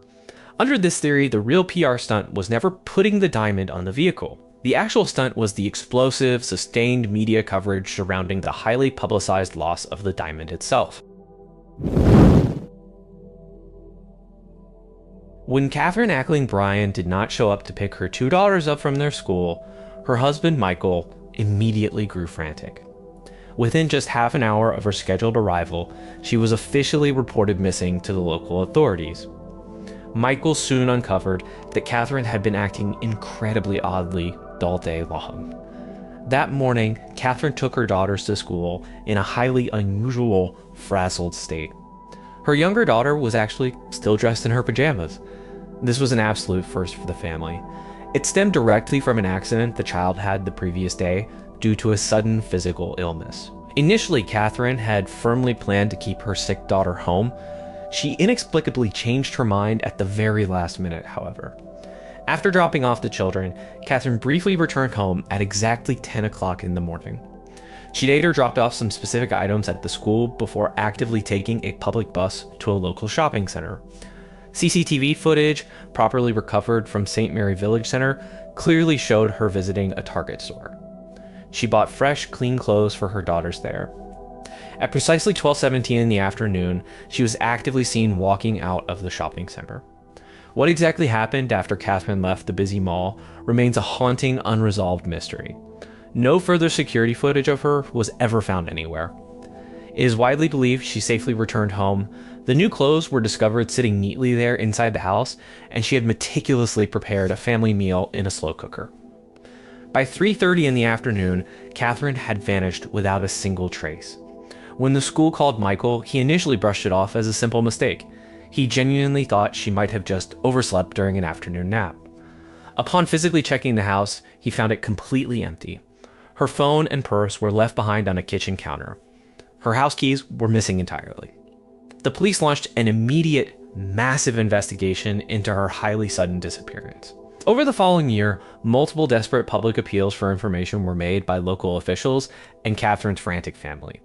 Despite all these incredibly extensive efforts, no additional CCTV footage ever surfaced. No reliable witnesses stepped forward to confidently offer clues. Authorities actually do not suspect any foul play in Catherine's disappearance. She did have a heavily documented history of mental health issues.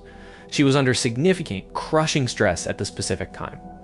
This was particularly due to her young daughter's recent severe illness, which had visibly upset her for several days. During the morning walk to the school, her children actively noticed she had heavy tears welling up in her eyes. Catherine's heartbroken family strongly believes she is simply no longer alive today. Her physical body has never been found anywhere. As a direct result, her tragic disappearance remains completely, frustratingly unresolved.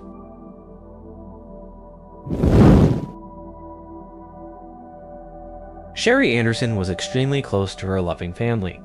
She absolutely adored her two young grandsons. When December finally arrived, her thoughts naturally turned toward cheerful Christmas preparations. However, for her family and friends, the holiday season now exclusively brings a deeply painful reminder of her completely unsolved disappearance. Sherry was last physically seen on December 2nd, 2000. She casually walked out of her home in Stanwood, Washington at precisely 9 o'clock that morning. The night prior, she had happily discussed her daily plans with her adult daughter. She fully intended to go to McDonald's to quickly grab breakfast. Then, she planned to pick up some photos she had previously sent out to be professionally developed. She would visit Walmart and then finally stop by the busy Everett Mall. She firmly promised her husband John that she would be definitively back home by 4 o'clock in the afternoon. They had concrete plans for a nice dinner together. John ended up completely falling asleep that quiet afternoon. He slowly woke up at 5:30 in the evening to find Sherry still was not home. He quickly called Sherry's friend, genuinely thinking she might just be visiting there. The friend had not seen or even heard from her at all. After frantically contacting several other friends and extended family members, a highly coordinated search officially began at 9 o'clock that evening. A close friend actually found Sherry's parked car sitting totally abandoned outside the Everett Mall. There were absolutely no Christmas presents located inside the locked vehicle. This heavily suggested that whatever happened to her likely occurred before she returned to her car with her shopping bags. Sherry's personal purse and the defensive weapon she legally carried for protection were both found sitting untouched inside the vehicle. To her entire family, it seemed factually impossible that Sherry would ever disappear voluntarily. She was a highly dependable, dedicated social worker. There had been absolutely no activity on her personal bank account since the exact moment of her disappearance. Family and friends aggressively took the firm lead in the investigation. They scoured local pawn shops, desperately searching for the specific jewelry Sherry was wearing when she vanished into thin air. She had a highly custom-designed wedding ring, and beautifully featured a diamond flanked by black onyx, deeply set in pristine white gold. There was absolutely no sign of the distinctive ring in any local stores whatsoever. There has been zero physical trace of Sherry since her disappearance. John eventually filed for a legal divorce a full year later. He explicitly stated that he simply needed to move on with his life. The rest of the deeply shattered family has stubbornly continued to relentlessly search for answers. Sherry was exactly 5 feet 8 inches tall and weighed 130 pounds when she vanished. She was biracial, of Caucasian and Cherokee Native American descent.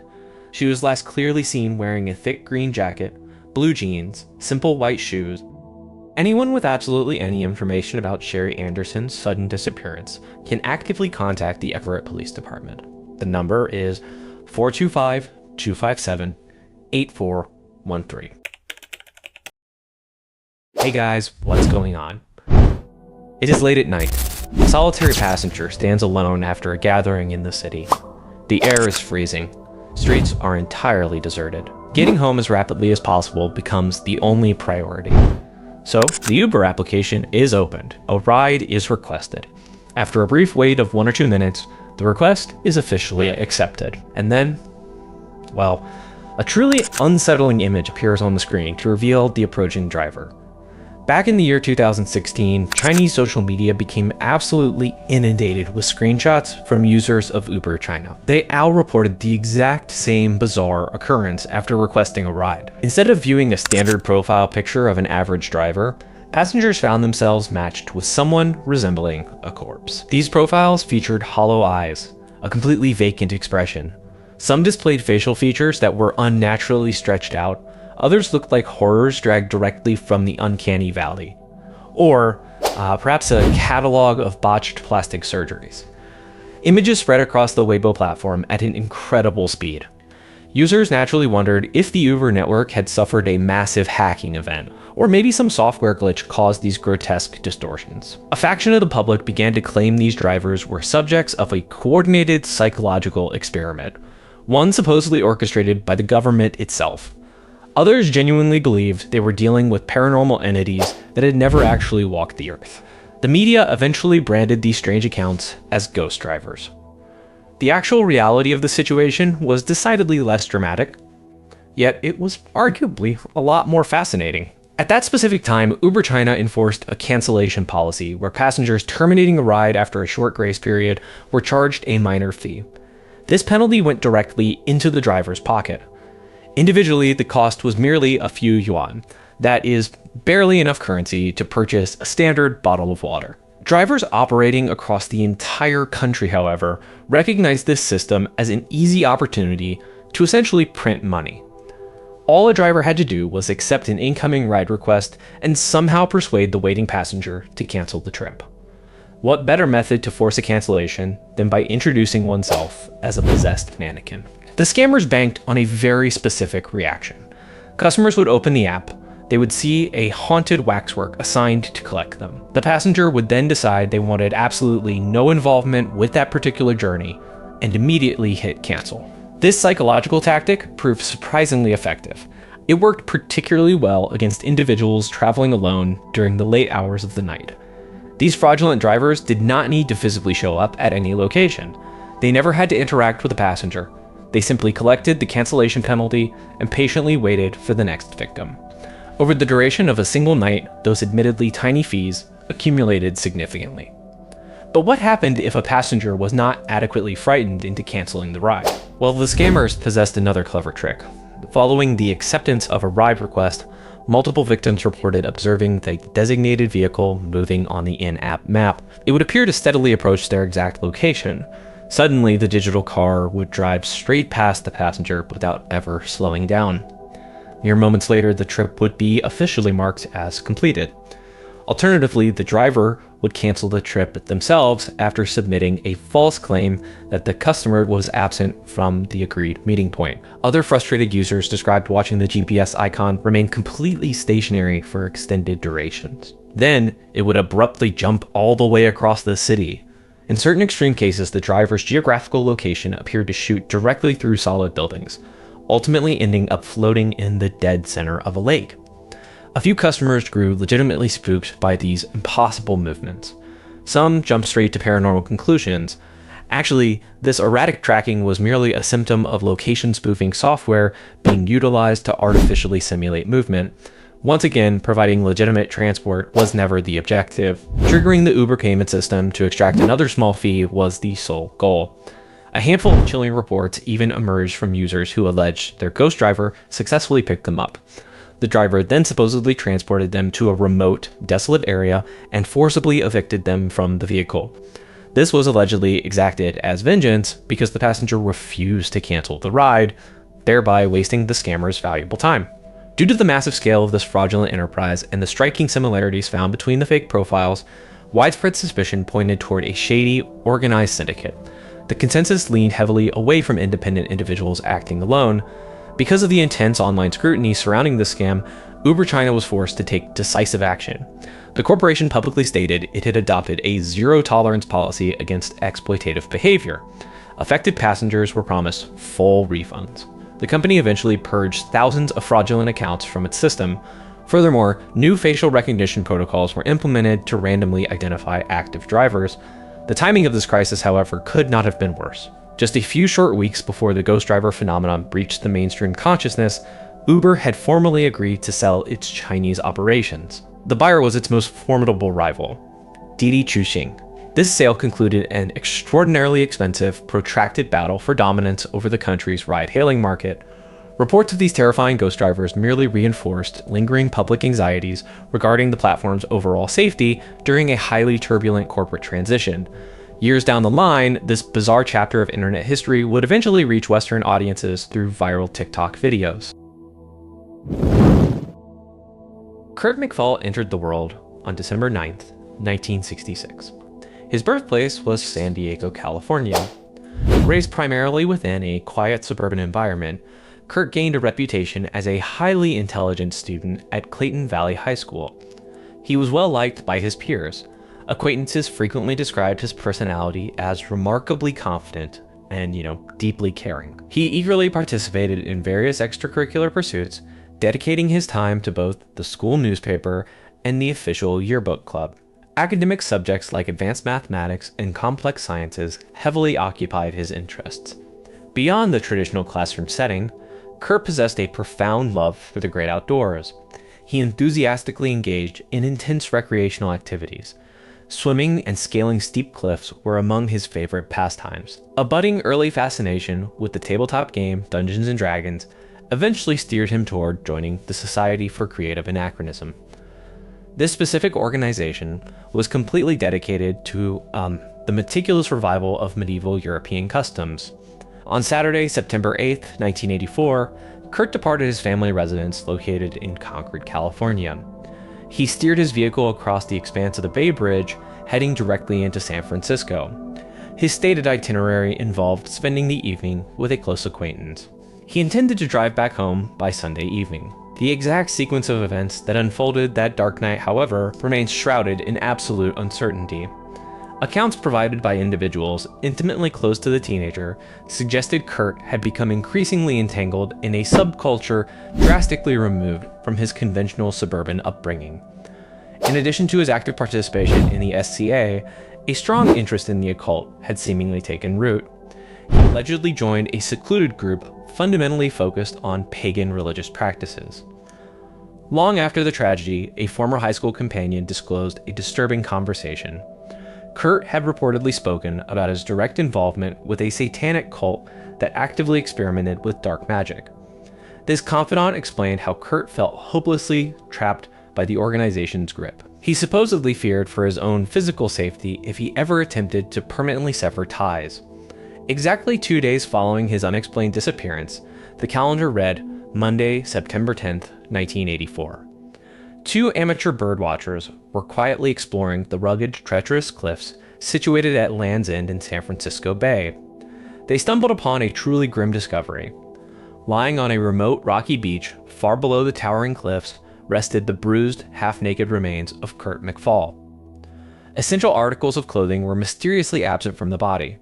He lacked a shirt, no shoes were found, his socks were entirely missing. The physical remains displayed multiple traumatic injuries, coupled with evidence of massive blood loss.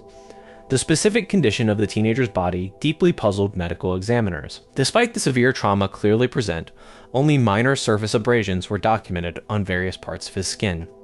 Toxicology reports confirmed there was absolutely zero sign of illicit substances or alcohol in his biological system. Scattered around Kurt's abandoned vehicle were numerous empty beer bottles. This car was located parked on a nearby golf course that provided a sweeping overlook of the Pacific Ocean. Investigating officers systematically noted several other highly unusual details present at the scene. Kurt's official driver's license was discovered resting on the floorboard. The keys to the vehicle had been casually discarded directly on the driver's seat.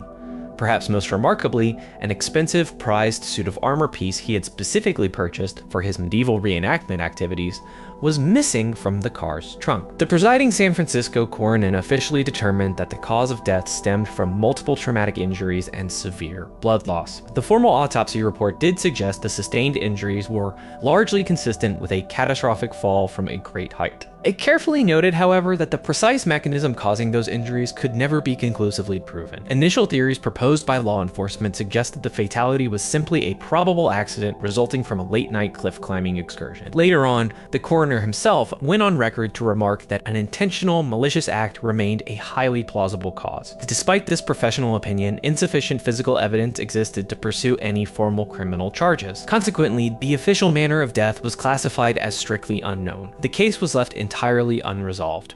One of the most intensely debated aspects surrounding this entire mystery involves a man named Gabriel Carrillo. This individual utilized the Welsh moniker Caradoc while serving in his capacity as a respected leader within a local neo-pagan group. Carrillo openly acknowledged befriending young Kurt. He permitted the teenager to spend nights resting at his private apartment.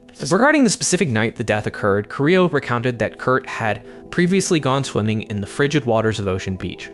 Later on, at approximately 3 a.m., Kurt allegedly knocked on Carrillo's door. The teenager supposedly announced his immediate intention to return to the dark beach. Carrillo publicly theorized that Kurt might have simply taken far too many foolish risks during that turbulent night.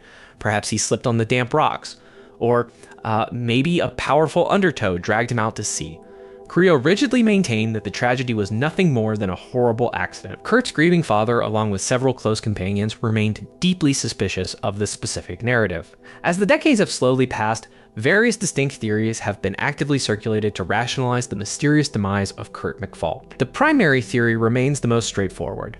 He suffered fatal injuries strictly due to an accidental plunge. The cliffs at Land's End are notoriously treacherous. It remains entirely within the realm of logic that Kurt lost his footing while navigating the rocky terrain or attempting to enter the crashing surf. Proponents of this accidental theory heavily emphasize the complete lack of defensive wounds or trauma indicative of a physical altercation. An alternative, darker theory insists Kurt was deliberately pushed over the precipice. This implies direct foul play. This specific viewpoint has been heavily championed by the victim's father, Tom McFall. Tom held a steadfast belief that his son did not simply perish by sheer accident. He frequently argued that Kurt was an experienced climber, vastly more adept at safely traversing dangerous cliff environments. A crucial element to consider regarding this perspective is the sheer danger of the environment. Scaling jagged cliffs in the pitch black of night is extremely hazardous. Doing so during dark, stormy weather conditions exponentially increases the risk of a fatal error. Tom McFall also pointed toward the peculiar staging discovered near the abandoned vehicle. The sudden appearance of beer bottles and the baffling theft of the heavy armor suit indicated to him a deliberate tampering of the scene. An essential fact often overlooked in the case files regarding those empty beer bottles must be addressed. Family members and close acquaintances unanimously confirmed that Kurt absolutely did not consume alcohol. While a grieving parent's defense of a child's habits might sometimes be viewed with mild skepticism, the fact that his entire peer group completely corroborated this detail is undeniably significant. A third distinct explanation proposes the crime scene was systematically altered long after Kurt was already deceased. According to widespread discussions hosted on various true crime forums, some individuals theorized that local vagrants wandered by the area, or perhaps opportunistic scavengers stumbled upon the unlocked, abandoned vehicle. These unknown parties might have unknowingly tampered with the surrounding scene. Proponents of this theory suggest the empty beer bottles, along with other discarded items, were simply left behind by these random passersby. They were not basic components of a sprawling occult conspiracy. This specific hypothesis attempts to bridge the gap between the accidental fall scenario and the bizarre clues found near the golf course. It argues the environment was unintentionally contaminated by completely unrelated individuals. Kurt's tragic case originally captured massive public attention primarily because it unfolded during the absolute peak of the 1980s satanic panic. Media outlets frequently presented the mystery in a wildly sensationalist manner. They constantly attempted to forcibly tie his unfortunate death into the broader, hysterical narratives dominating the evening news broadcasts at that time. The most plausible explanation, according to an objective review of the available evidence, points toward a tragic accident. The official autopsy revealed absolutely no signs of intoxicating substances. A horrific fall from the precarious, crumbling cliffs of Land's End seems to be a case of terrible misfortune rather than a calculated, deliberate homicide. Occult theories certainly offer a tempting cinematic narrative. The simplest explanation, however, frequently proves to be the most accurate. In this specific instance, an accidental plunge appears to be the most logical, reality-based scenario. Gabriel Carrillo was aggressively portrayed as a malicious Satanist by the press during that era. Deeper historical research, however, reveals he was actually a practicing Wiccan. His primary focus centered heavily on ancient Celtic traditions. Numerous historical accounts from individuals who personally knew him as Cerdiac describe a different man entirely. But these sources consistently report he was deeply invested in practicing white magic. He focused on manifesting positive, benevolent energy within the world. When examined through this grounded lens, his activity sounds significantly less sinister. Media sensationalism, thoroughly intertwined with the overbearing overlay of the satanic panic, undoubtedly manipulated public perception of this enduring mystery. The morning of August 9th, 2018 brought a devastating tragedy. 63-year-old Susan Rainwater was quietly cycling alone. She traveled along an isolated stretch of road winding through rural Washington state. The location was roughly 60 miles straight south of the city of Seattle. Without warning, she was violently struck and subsequently killed by a speeding vehicle. The driver of the automobile never bothered to apply the brakes. They never stopped to check on the victim. They certainly never contacted emergency services to report the fatal collision. Several long hours would pass before a random passerby finally noticed Susan's mangled bicycle discarded in a muddy ditch. Her lifeless body was eventually discovered lying hundreds of feet away from the initial point of impact. Investigating officers initially possessed remarkably little physical evidence to build a case. Absolutely no eyewitnesses were present to observe the fleeing driver's face or record a license plate number. Useful CCTV footage was entirely non-existent in that remote rural area. The sole piece of physical evidence abandoned at the violent crime scene consisted of a single object. It was a jagged slab of black plastic. The fragment was roughly the size of a standard smartphone. The piece had violently snapped off the suspect's vehicle during the exact moment they collided with Susan. Lacking any immediate actionable leads, Washington State Patrol Trooper Jonah Baptiste made a highly unconventional decision. She opted to crowdsource the complex detective work. She carefully photographed the jagged plastic fragment. The image was subsequently uploaded to the internet, accompanied by a public plea asking if anyone could possibly identify its origin. By August 10th, the digital photograph found its way onto a specific subsection of Reddit known as r/what is this thing. This particular digital forum is dedicated to users submitting images of mysterious objects for the community to collectively identify. The post rapidly accumulated massive attention. Hundreds of eager Redditors quickly flooded the comment section to offer their own personal suggestions. The vast majority of these replies amounted to little more than moderately educated guesses. One user theorized it resembled a piece of standard trim found on the bottom rocker beneath the car door. Another assumed the fragment originated from the front end of a vehicle, guessing it was part of a bumper assembly located near a headlight wiper. A different commenter suggested it merely looked like cheap, gray plastic painted black, perhaps serving as a decorative license plate holder or similar cosmetic junk. Eventually, a respectable handful of users correctly identified the damaged chunk as originating from a vehicle's headlight bezel. Very few, however, were able to provide any concrete specifics. That is, until one particular user entered the chat. Operating under the crude username Jeff's Nuts, this individual firmly claimed the broken fragment was definitively part of a headlamp bezel. He traced it to a late 1980s Chevrolet pickup truck. More specifically, he confidently identified the part as belonging to a 1988 Chevrolet Silverado. To validate his incredibly precise claim, he uploaded detailed comparison photographs. These images clearly highlighted a small, highly distinctive notch molded directly into the plastic structure. A notch he insisted was entirely unique to that specific automotive design. I mean, the public desperately wanted to comprehend how anyone could possibly identify the exact make, specific model, and approximate manufacturing year of a fleeing vehicle from such a generic, ordinary-looking piece of broken plastic. According to his own explanation, Jeff had previously enjoyed a career working as an official state vehicle inspector operating in Maryland. A major component of his daily responsibilities involved executing mandatory headlamp inspections and precise alignment. Consequently, he had spent countless grueling hours staring directly at this exact mechanical part attached to these exact trucks. Having examined the identical component day after day for several consecutive years, he did not even have to consciously analyze the plastic fragment in the photograph. He simply recognized its shape on pure instinct. The exact right person possessing the precise niche expertise required for this impossible task just so happened to be casually scrolling through the subreddit at the exact perfect moment, right? Law enforcement investigators desperately wanted to apprehend the perpetrator before they had adequate time to hide their tracks or repair their damaged vehicle. They took Jeff's online post extremely seriously. Instead of hopelessly searching for virtually any damaged vehicles scattered across the entire Pacific Northwest region, they dramatically narrowed their focus. They concentrated their search efforts on a much smaller pool of late 1980s Chevrolet pickup trucks. When combined with an anonymous tip received by authorities shortly afterward, Jeff's crucial lead ultimately helped detectives successfully locate the hidden vehicle. They quickly moved to arrest the primary suspect. A man named Jeremy Thomas Simon was taken into police custody. During interrogation, Simon offered a hollow explanation. He claimed that on the tragic morning of the incident, he had simply fallen asleep while behind the steering wheel. He stated he genuinely believed he had merely struck a roadside mailbox. He admitted to fleeing the scene only after noticing the twisted wreckage of the bicycle. According to his official statement, he fled because he did not want to see a dead body. In January of the year 2019, Simon officially pleaded guilty to charges of vehicular homicide. Additional charges included hit and run, alongside the illegal possession of heroin.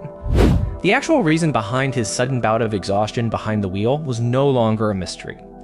As a direct result of a negotiated plea agreement, a judge sentenced him to just 4.5 years in the system.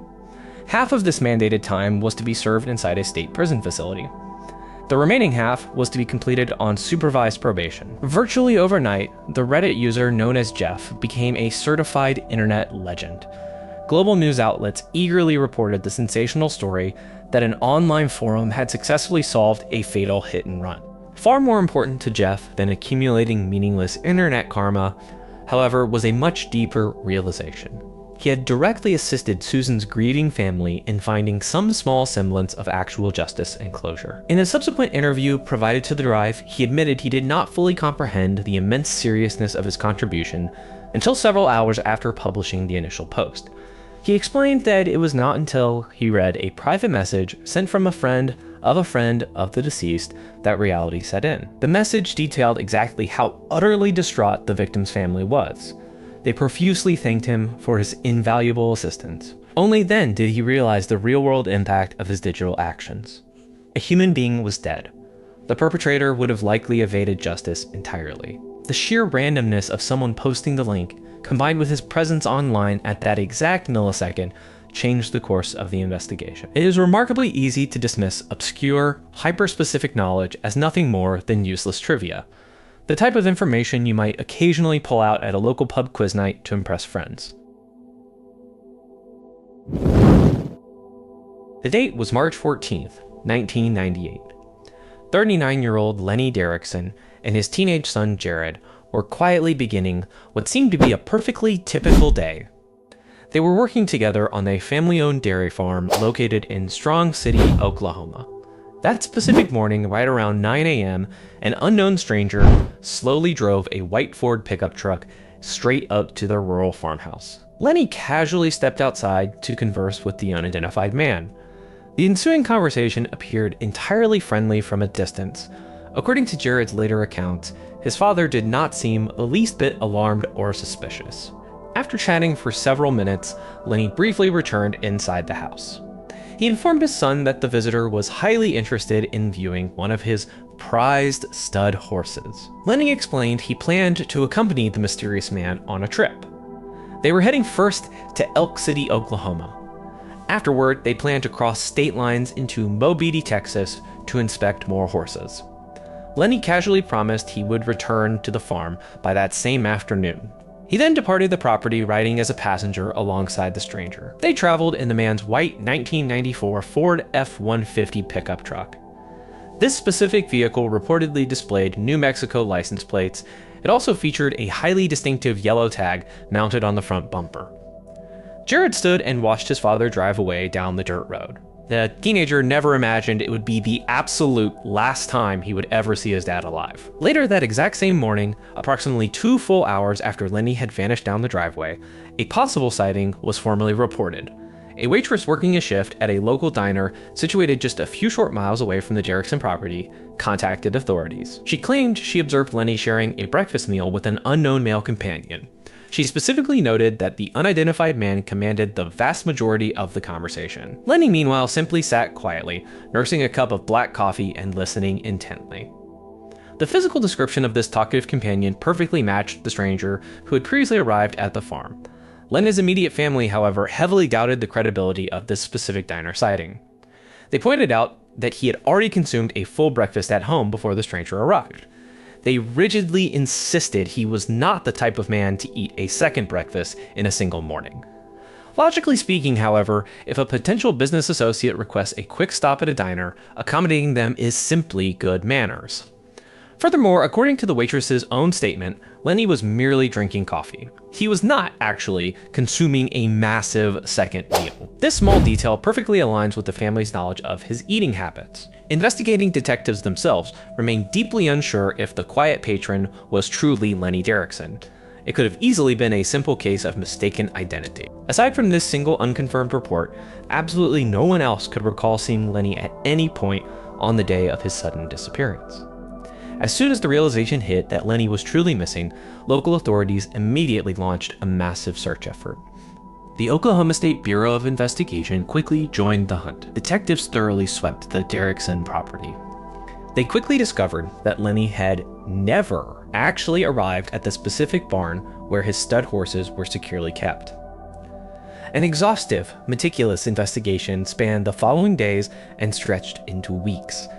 The results were incredibly bleak. Police found absolutely no signs of a violent struggle. Zero physical evidence pointing toward foul play was uncovered. And, most distressingly, no body was ever located. Law enforcement possessed incredibly little information to build a cohesive case. They were forced to rely almost entirely upon the initial account provided by young Jared, along with the vague description of the unknown horse buyer. Naturally, this mysterious stranger instantly became the absolute central focus of the entire investigation. He was, after all, the last documented person seen in Lenny's company. A professional composite sketch of the suspect was carefully developed and relied heavily on visual descriptions provided by both Jared and the local diner waitress. The resulting sketch detailed a white male. He stood approximately 6 feet 2 inches tall and weighed roughly 210 pounds. His face featured a full, thick, reddish-brown beard. He was last seen wearing a black baseball cap, prominently displaying a No Fear logo. Despite massive public distribution of this sketch, the man has never been located. He has never been questioned by authorities. He officially remains simply a person of interest rather than a formally charged suspect. 6 long months following Lenny's baffling disappearance, the calendar turned to September 1998. A totally unexpected telephone call suddenly injected a tantalizing, yet ultimately frustrating lead into the cold case. An anonymous male caller frantically contacted local police from a crowded bar situated in Amarillo, Texas. The man urgently claimed that the missing Lenny Derrickson was currently sitting inside that very establishment. The anonymous tipster provided a highly detailed physical description of the patron he believed was Lenny. Making the situation infinitely stranger, this patron was allegedly loudly boasting to other customers that he personally knew Lenny Derrickson. The frantic caller absolutely refused to provide his own identity to the dispatcher. He did, however, promise he would patiently wait at the bar until uniformed officers arrived on the scene. Police units immediately rushed to the remote Amarillo location. By the time they finally breached the doors, the trail was entirely cold. Both the anonymous tipster and the man he had confidently identified as Lenny were completely gone. The very next morning, a bartender who had worked the previous shift partially corroborated the bizarre story. The employee distinctly remembered the highly enthusiastic caller loudly proclaiming that Lenny was sitting in the bar. Investigating detectives found absolutely no logical reason to disbelieve the caller's incredible account. The bartender's supporting narrative added significant weight to the claim. Despite being an incredibly encouraging lead, it rapidly slammed into a total dead end. Neither Lenny nor the elusive anonymous caller could ever be tracked down for official verification. Law enforcement agencies doggedly continued to chase down various other scattered leads and anonymous tips over the ensuing years. Tragically, every single one ultimately fizzled out into nothingness. Over the intervening decades, several distinct theories have naturally emerged in an attempt to logically explain what exactly happened to Lenny Derrickson. One prominent theory suggests Lenny voluntarily abandoned his old world to secretly start a brand new life. Police investigators carefully noted that Lenny had recently suffered through a deeply painful divorce. Furthermore, he was actively struggling with severe financial distress regarding his dairy farm. Global milk prices were experiencing a massive, sustained decline. Crushed under the immense weight of mounting personal and financial disasters, some speculate he might have viewed the stranger's arrival as a perfect opportunity to permanently escape. In fact, a few seasoned law enforcement officials seriously considered the genuine possibility that Lenny left entirely of his own free will. He might have quietly found anonymous work as a ranch hand somewhere hundreds of miles from his previous home. A massive counterpoint to this theory exists, however. He was profoundly devoted to his 16-year-old son, Jared. The boy has repeatedly expressed massive doubt that his father would have ever willingly abandoned him. The deep personal bond shared with his teenage son casts incredibly significant doubt on any voluntary disappearance theory. A vastly more ominous, unsettling theory proposes that Lenny was the tragic victim of foul play. This violence was presumably orchestrated by the unidentified man in the white truck, or perhaps unknown associates connected to him. This specific hypothesis suggests the stranger deliberately lured Lenny away from the safety of his farm using a carefully fabricated lie. The story about wanting to purchase a stud horse was merely a trap to isolate him. Ultimately, there is absolutely zero concrete evidence, at least nothing that is currently accessible to the general public, proving Lenny Derrickson ever met with any sort of violent foul play. The term publicly accessible is deliberately utilized here. Deep within the recesses of online true crime forums, rampant speculation exists. Some users claim the police formally requested to search the private property of a specific, unnamed suspect. This suspect allegedly invoked their rights and adamantly refused to permit law enforcement access to the land. These claims, however, are strictly relegated to anonymous online comments.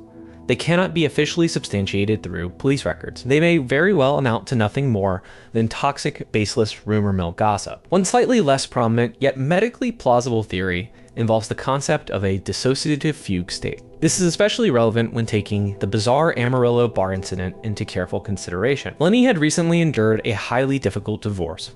He was actively facing crippling financial ruin. The immense psychological stress could have potentially triggered a severe mental break. causing him to wander away and subconsciously adopt an entirely new identity.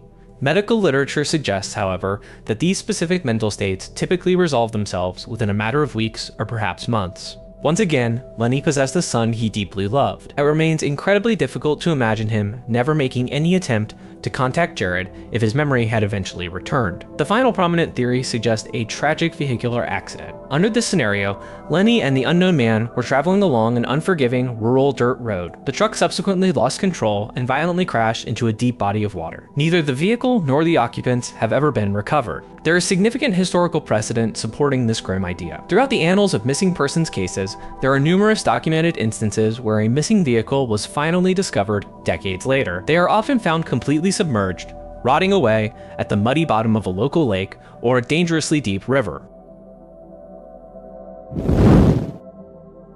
Well, in late April 1981, a group of young men made a grim discovery along a rural road in Newton Township near Troy, Ohio.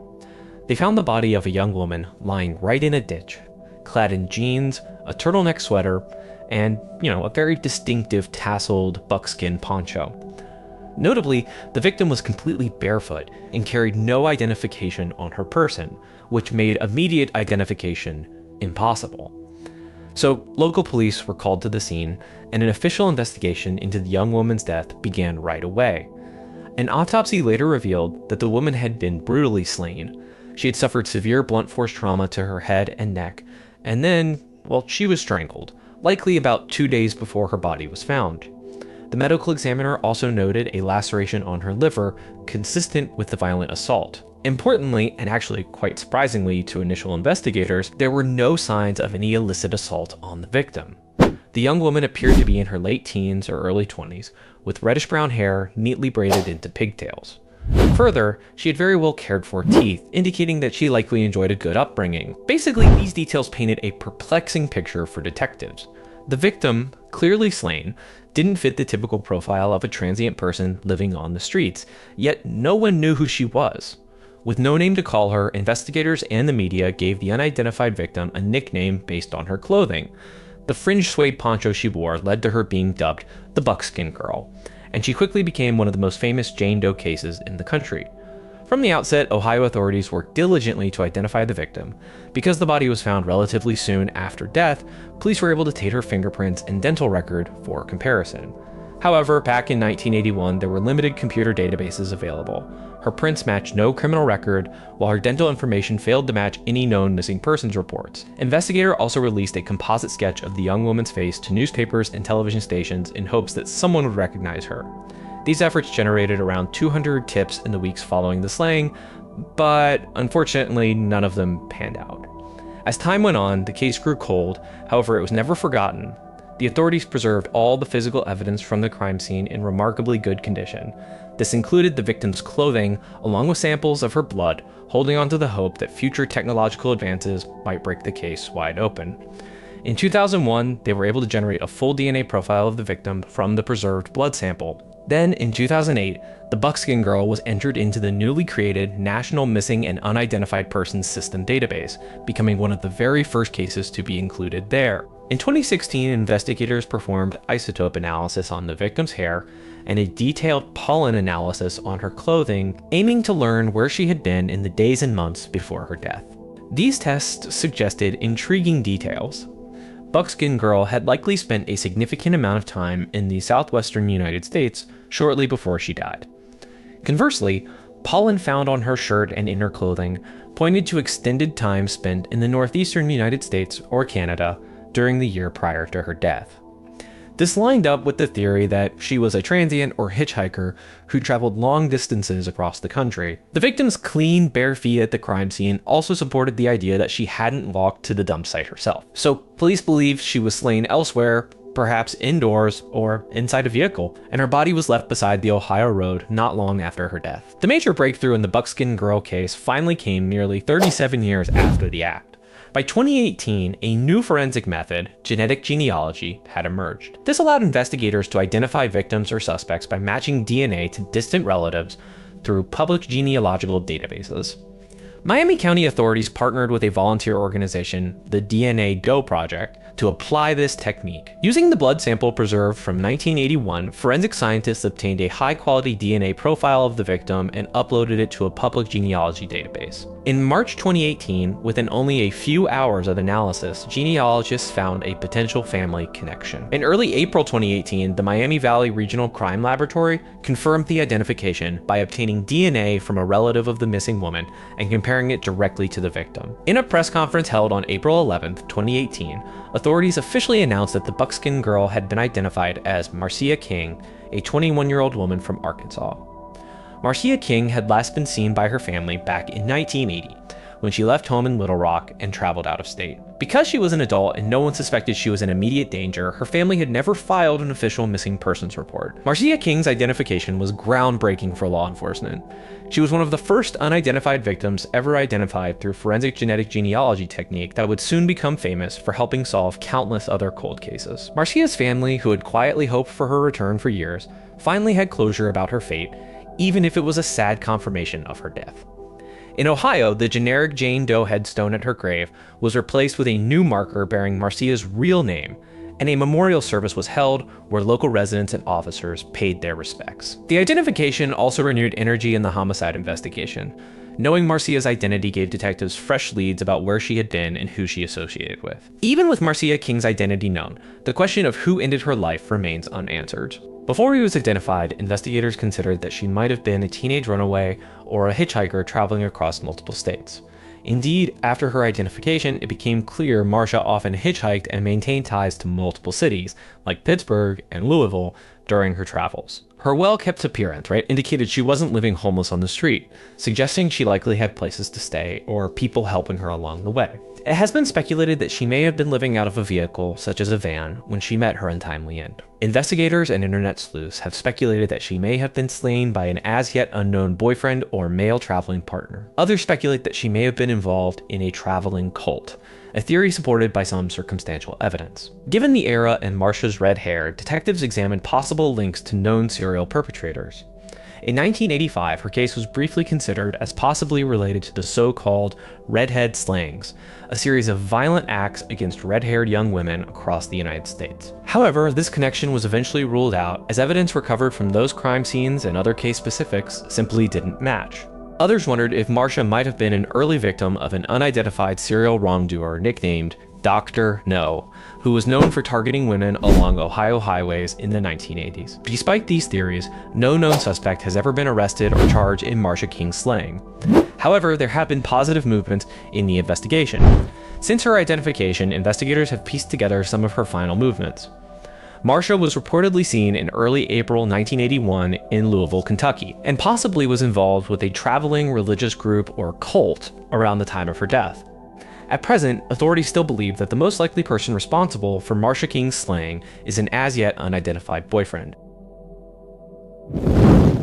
On February 14, 1975, a couple driving down a rural farm road in Plaquemines Parish, Louisiana, discovered the tragic scene of a young man hanging from a tree. The victim appeared to be a white male teenager, around 16 to 18 years old, with brown hair and eyes. At the base of the tree, investigators found a sealed glass jar containing a lengthy note addressed simply to Mom and Dad. In this letter, the teen expressed deep gratitude to his parents for giving him excellent advantages and privileges. However, he confessed to feeling like a false and empty vessel who never developed into a real person. He described a lifelong, profound depression and a sense of detachment from life. The note even cited sociologist Emil Durkheim's writings on ending oneself, reflecting the boy's intellectual bent. In a poignant postscript, he implored authorities not to investigate his identity, stating that chasing his name would only shatter his parents' peace. To quote the teenager directly, "Do not deprive them of the hope that their missing son will return. Simply cremate me as John Doe." This extremely unusual request set the tone for the mystery to come. No identification was found with the body, only a comb and a laundry marker in his clothing were recovered. Investigators in 1975 made extensive efforts to learn his name. They took the boy's fingerprints and circulated them to police forces nationwide, but no match ever turned up. The case received national media coverage, and over 300 parents of missing sons contacted the Plaquemines Parish Sheriff's Office or came in person to view the body. Yet after a 4-month campaign failed to identify him, the police ended up closing their file. Tragically, no official case files remain today, and the young man was ultimately interred in an unmarked grave in Gretna, Louisiana. Modern forensic efforts have been severely hampered by the complete lack of dental record or DNA samples. Further, because he was buried in an unmarked grave and the case file was lost, no one is entirely certain where he rests. That said, even if the case file hadn't been lost, it is unlikely that it would have recorded the exact physical location of his burial. The circumstances and the eloquent note have prompted many theories about what led this young person to take such a permanent action. Some have speculated that he might have been consumed by guilt for what he perceived as a serious personal wrongdoing, essentially punishing himself. Others believe he could have been struggling with his identity in an unaccepting era, contributing to his deep despair. Beyond motive, a major question remains: who was this young man? Because no local missing person matched his description, internet sleuths have looked farther afield. One popular theory is that this John Doe might have been Bayard William Couzens, a 22-year-old from Virginia. Couzens disappeared in early February 1975. Right after leaving his family a note telling them not to worry about him. Couzens was tall and slender, with very dark brown hair and a deep interest in philosophy details strikingly similar to the Plaquemines victim. However, Couzens wore glasses.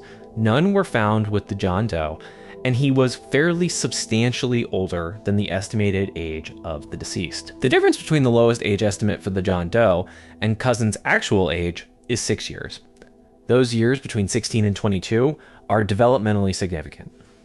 Further, Couzens had a very distinctive cross-shaped scar on one of his fingers, which wasn't noted by investigating police. Further yet, because the case file was lost, it may well be that Couzens was already ruled out by initial investigators.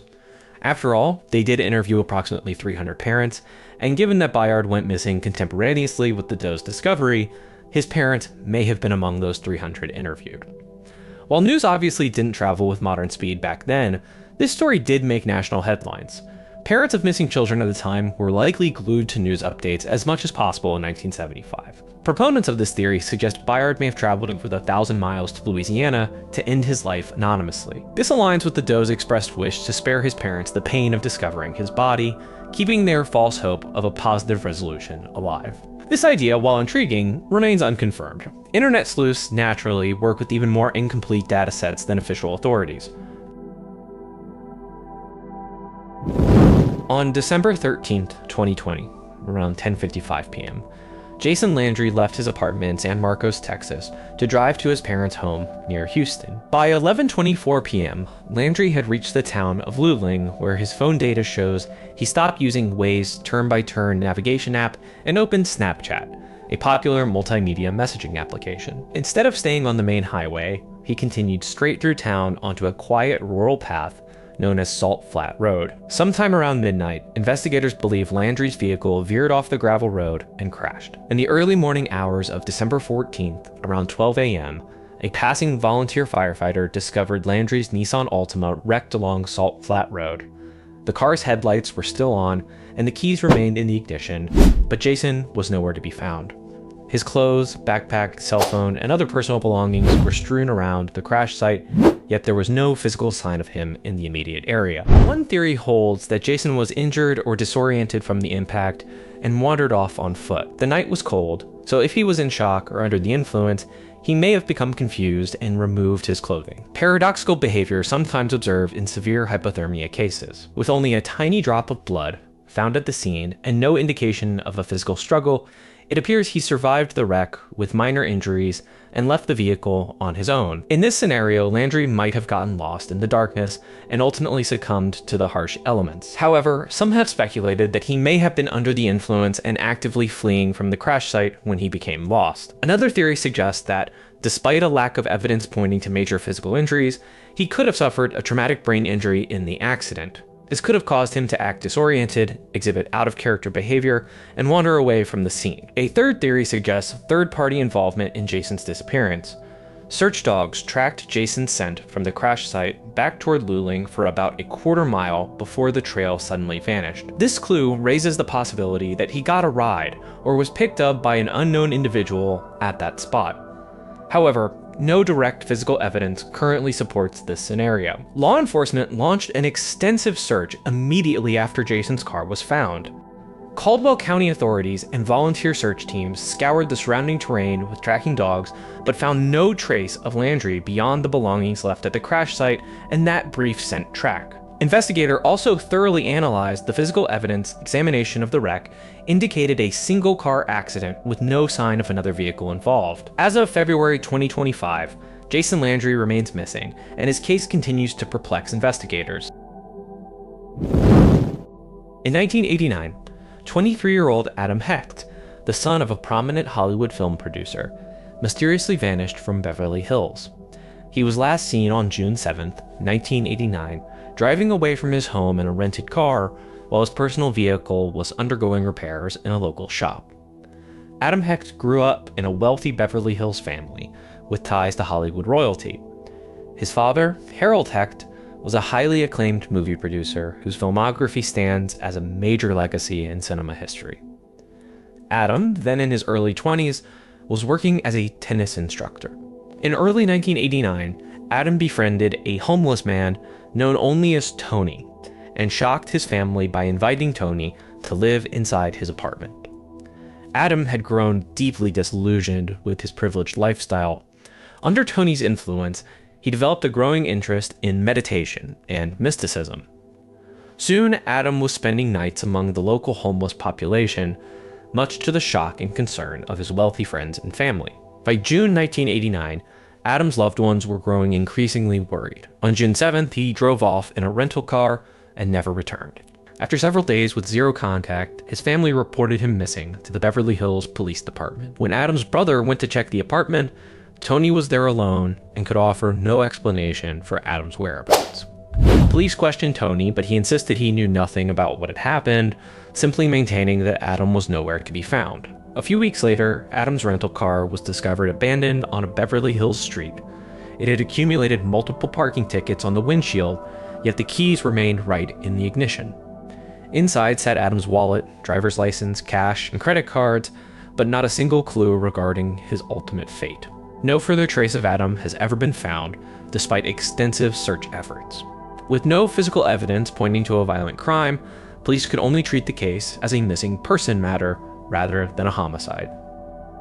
Adam's family, however, insisted he would never leave voluntarily. His brother emphasized that vanishing without a word was completely out of character for him. With no solid leads to follow, the case eventually went cold, although it officially remains open pending any new information. Two main theories have emerged regarding what happened to Adam Hecht. One theory suggests he left voluntarily to start a completely new life.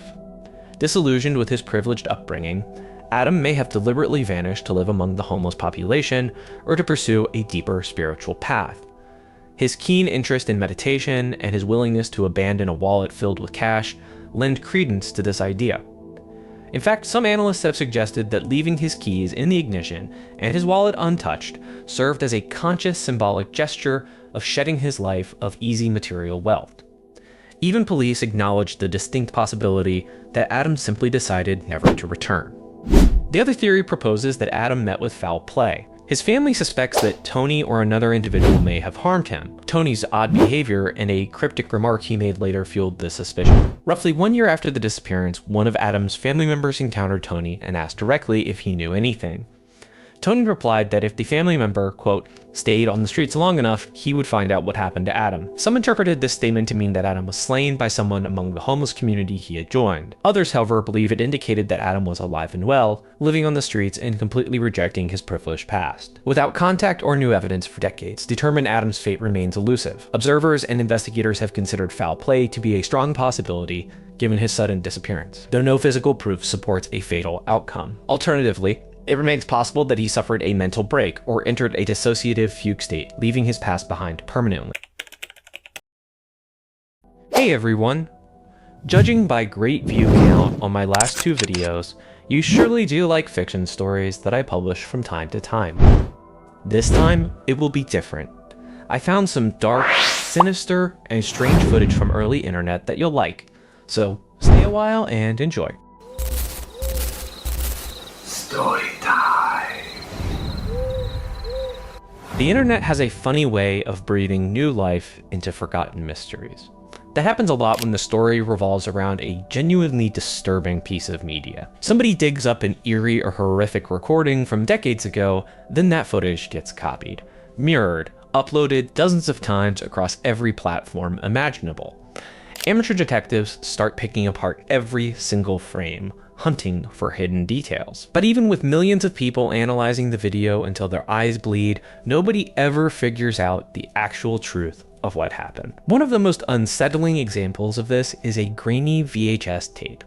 Dates back to the mid-1980s and centers on a martial arts instructor named Bobby Joe Blythe. Blythe was a former Marine known around town for a nasty, confrontational personality. He bragged openly about enjoying killing people during his military service. He also constantly reminded people that many of his students were bodyguards and local police officers, basically implying he was untouchable. Rumors circulated that he would deliberately lure transients into his training center just so his advanced black belts could use them for target practice. Aside from martial arts, Blythe taught firearms classes. He actually drew a massive wave of public backlash after staging a fatal shooting scenario in front of a group of children. He loudly challenged the kids with the phrase, "Hey, if you're so good at karate, so good you stop this." If you're so good at karate, so good you stop this.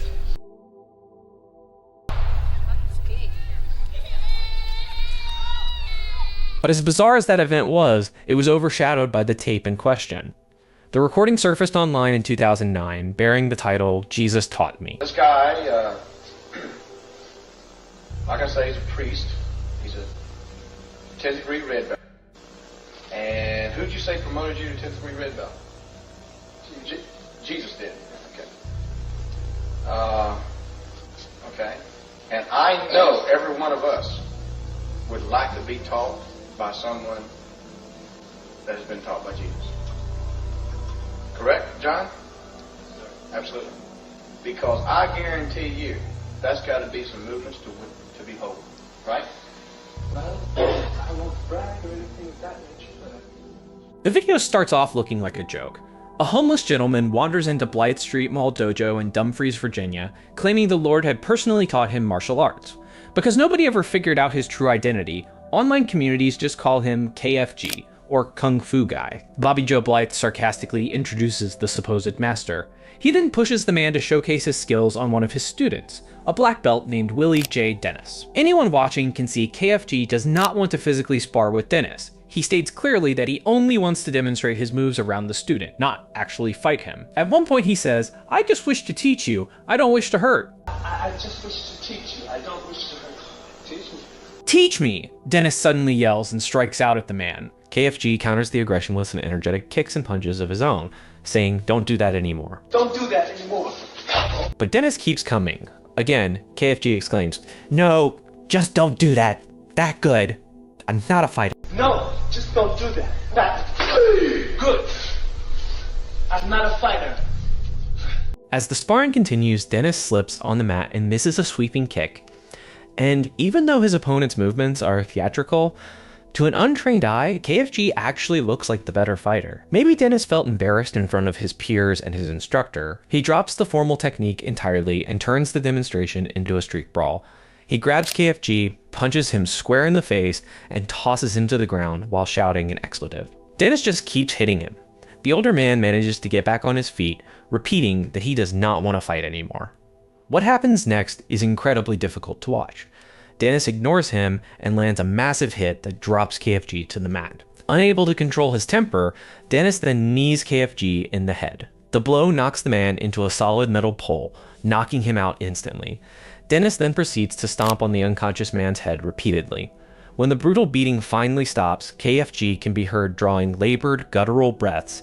It sounds exactly like a person struggling with an obstructed airway. Medical professionals who analyzed the audio later noted that this specific breathing pattern points directly to a severe traumatic brain injury. Through all of this chaos, Bobby Joe Blythe doesn't lift a finger to stop it. He just orders his students to drag KFG out the back door. The camera lens lingers on a thick trail of blood leading out of the building. Blythe provides a chilling voiceover. What we have here is the trail of the Kung Fu Master as he is departing my dojo.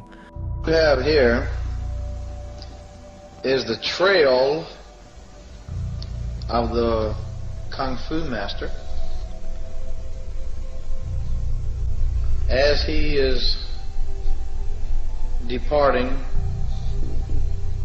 my dojo. It was taken on 13 December 1984, about 7 p.m. Just taken on 13 December 1984, about 7 p.m. The video ends with an explanation of what happened to the victim, but on a worryingly large red smear left on the rear exit door. For 25 years, that tape gathered dust in Bobby Joe Blythe's private collection. It only came to light in 2009 because Blythe decided to digitize the recording and upload it to his personal YouTube channel under the handle Bobby Joe Blythe 007. In the comments, viewers tore into the black belt Dennis. Blythe replied to the backlash without an ounce of remorse. He wrote, "If it would have took longer, I would have dropped them both. I was very disappointed with my guy, and he paid for a week after that." But most viewers were much more worried about KFG. His injuries looked and sounded catastrophic. People naturally assumed the worst. As the backlash grew, Blythe updated the video's description. He claimed the injured man was a local nuisance who frequently stole pizza. He wrote that the man had the beating coming, adding that he just left him in a commercial dumpster for the local police to pick up. Because nobody knew whether KFG lived or died, the viral video was forwarded to law enforcement. Investigators started looking into whether the tape depicted an unreported homicide. Hampton Police Chief Carlos Smithers was one of many professionals who thought it did. Having seen him get his head stomped as many times as he did, I would be surprised that he survived it or did not at least have major brain damage. Having seen him get stomped, his head stomped as many times as he did, I would be surprised that he survived it or did not at least have major brain damage. YouTube eventually pulled the original video for graphic content, but the internet didn't let it go. Sleuths obsessively tried to identify the homeless man. Entire web pages popped up to crowdsource the mystery. The largest group, known as Justice for Kung Fu Guy, produced enhanced screenshots of the victim's face. After digging through historical missing persons reports, they found a man named Richard Ricardo Dyer. He did look a bit like KFG. The problem with that theory is Dyer didn't officially disappear until January 1987. That is about 2 years after the dojo incident supposedly happened, assuming Blythe narrated the correct date on the tape. Ultimately, it seems unlikely that Richard Dyer was the Kung Fu Guy. The only piece of evidence hinting at KFG's fate comes from a retired Prince William County detective named Chuck Feldbush. He claimed he knew both Bobby Joe Blythe and the victim. According to his memory, the homeless man was a local vagrant who lived in the woods near the martial arts studio. He was occasionally arrested for minor nuisance offenses like stealing pizza from local restaurants. The detective stated he ran into the man several days after the filmed assault. He noted the man was limping badly but was still alive. Feldbush also claimed the injured man refused to press charges. No police records have ever surfaced to back up the officer's account. To this day, KFG's true identity and final fate hinge entirely on Feldbush's unverified memory. And even if the detective was telling the truth, it doesn't rule out the possibility that the victim died from internal injuries weeks later. As for Bobby Joe Blythe, a separate video later surfaced online. In it, he casually lectures his students about his police contacts and how he can get away with anything inside his studio. We don't tolerate bullshit from nobody in our domain. We black belts, this is our place. We can do what we want anytime we feel like it, and feel free as anybody could be in this world. What we know for sure is that Blythe and his students never faced criminal charges for the Kung Fu Guy incident, despite the whole assault being caught on tape. That lack of accountability makes people suspect a police cover-up. The theory is that the small-town cops he helped train protected him. Some analysts find it awfully convenient that the only specific offenses Officer Feldbush recalled KFG committing, taking food off people's plates at Pizza Hut, were the exact same accusations Blythe listed in his YouTube description. Today, more than 40 years after the incident, the biggest questions remain unanswered. Who was KFG? What happened after they dragged him out the back door? Did he survive, or did an early viral video capture an unsolved murder? The victim's identity has never been confirmed. The only people who know what really happened are keeping their mouths shut. Jerry and Rita Alter looked like a totally average American couple, but they might have been running a very strange, wildly profitable side business. Jerry was a retired public school music teacher. Rita worked as a speech pathologist. They had 2 grown children. From the outside, they were a normal middle-class family living a quiet life. In 1977, they traded New York for Cliff, New Mexico. They built a modest ranch house on 20 acres. Rita got a job as a speech therapist in the local schools, and Jerry settled into early retirement. Neighbors thought of them as polite, educated people. Friends even described them as not exactly thrill seekers. Despite living on what looked like a fixed income, the Alters traveled the world. They vacationed during school breaks and visited more than 140 countries. They took lots of photos and even published a book about their travels. By the time they died, Jerry in 2012 and Rita in 2017, the couple had over $1 million in the bank. Their actual net worth was probably much higher. Nothing in their background suggested they were criminals, yet this quiet pair ended up at the center of one of the art world's strangest unsolved mysteries. On the morning of November 29, 1985, the day after Thanksgiving, someone robbed the University of Arizona Museum of Art in Tucson. A man and a woman walked into the building right after it opened around 9 a.m. The woman struck up a conversation with the security guard on the ground floor. The man slipped upstairs to the main gallery, took a blade, and sliced a valuable painting right out of its frame. He rolled it up, hid it under his coat, and walked away. 15 minutes after arriving, the pair walked out the front doors with their prize. They took Willem de Kooning's Woman Ochre, an abstract expressionist painting worth an absolute fortune. A witness later recalled seeing the thieves speed away in a red car. The detectives found very few other leads. There were no usable fingerprints. The museum didn't even have security cameras. The administration ended up using their insurance payout to finally buy some. Police distributed composite sketches based on eyewitness descriptions.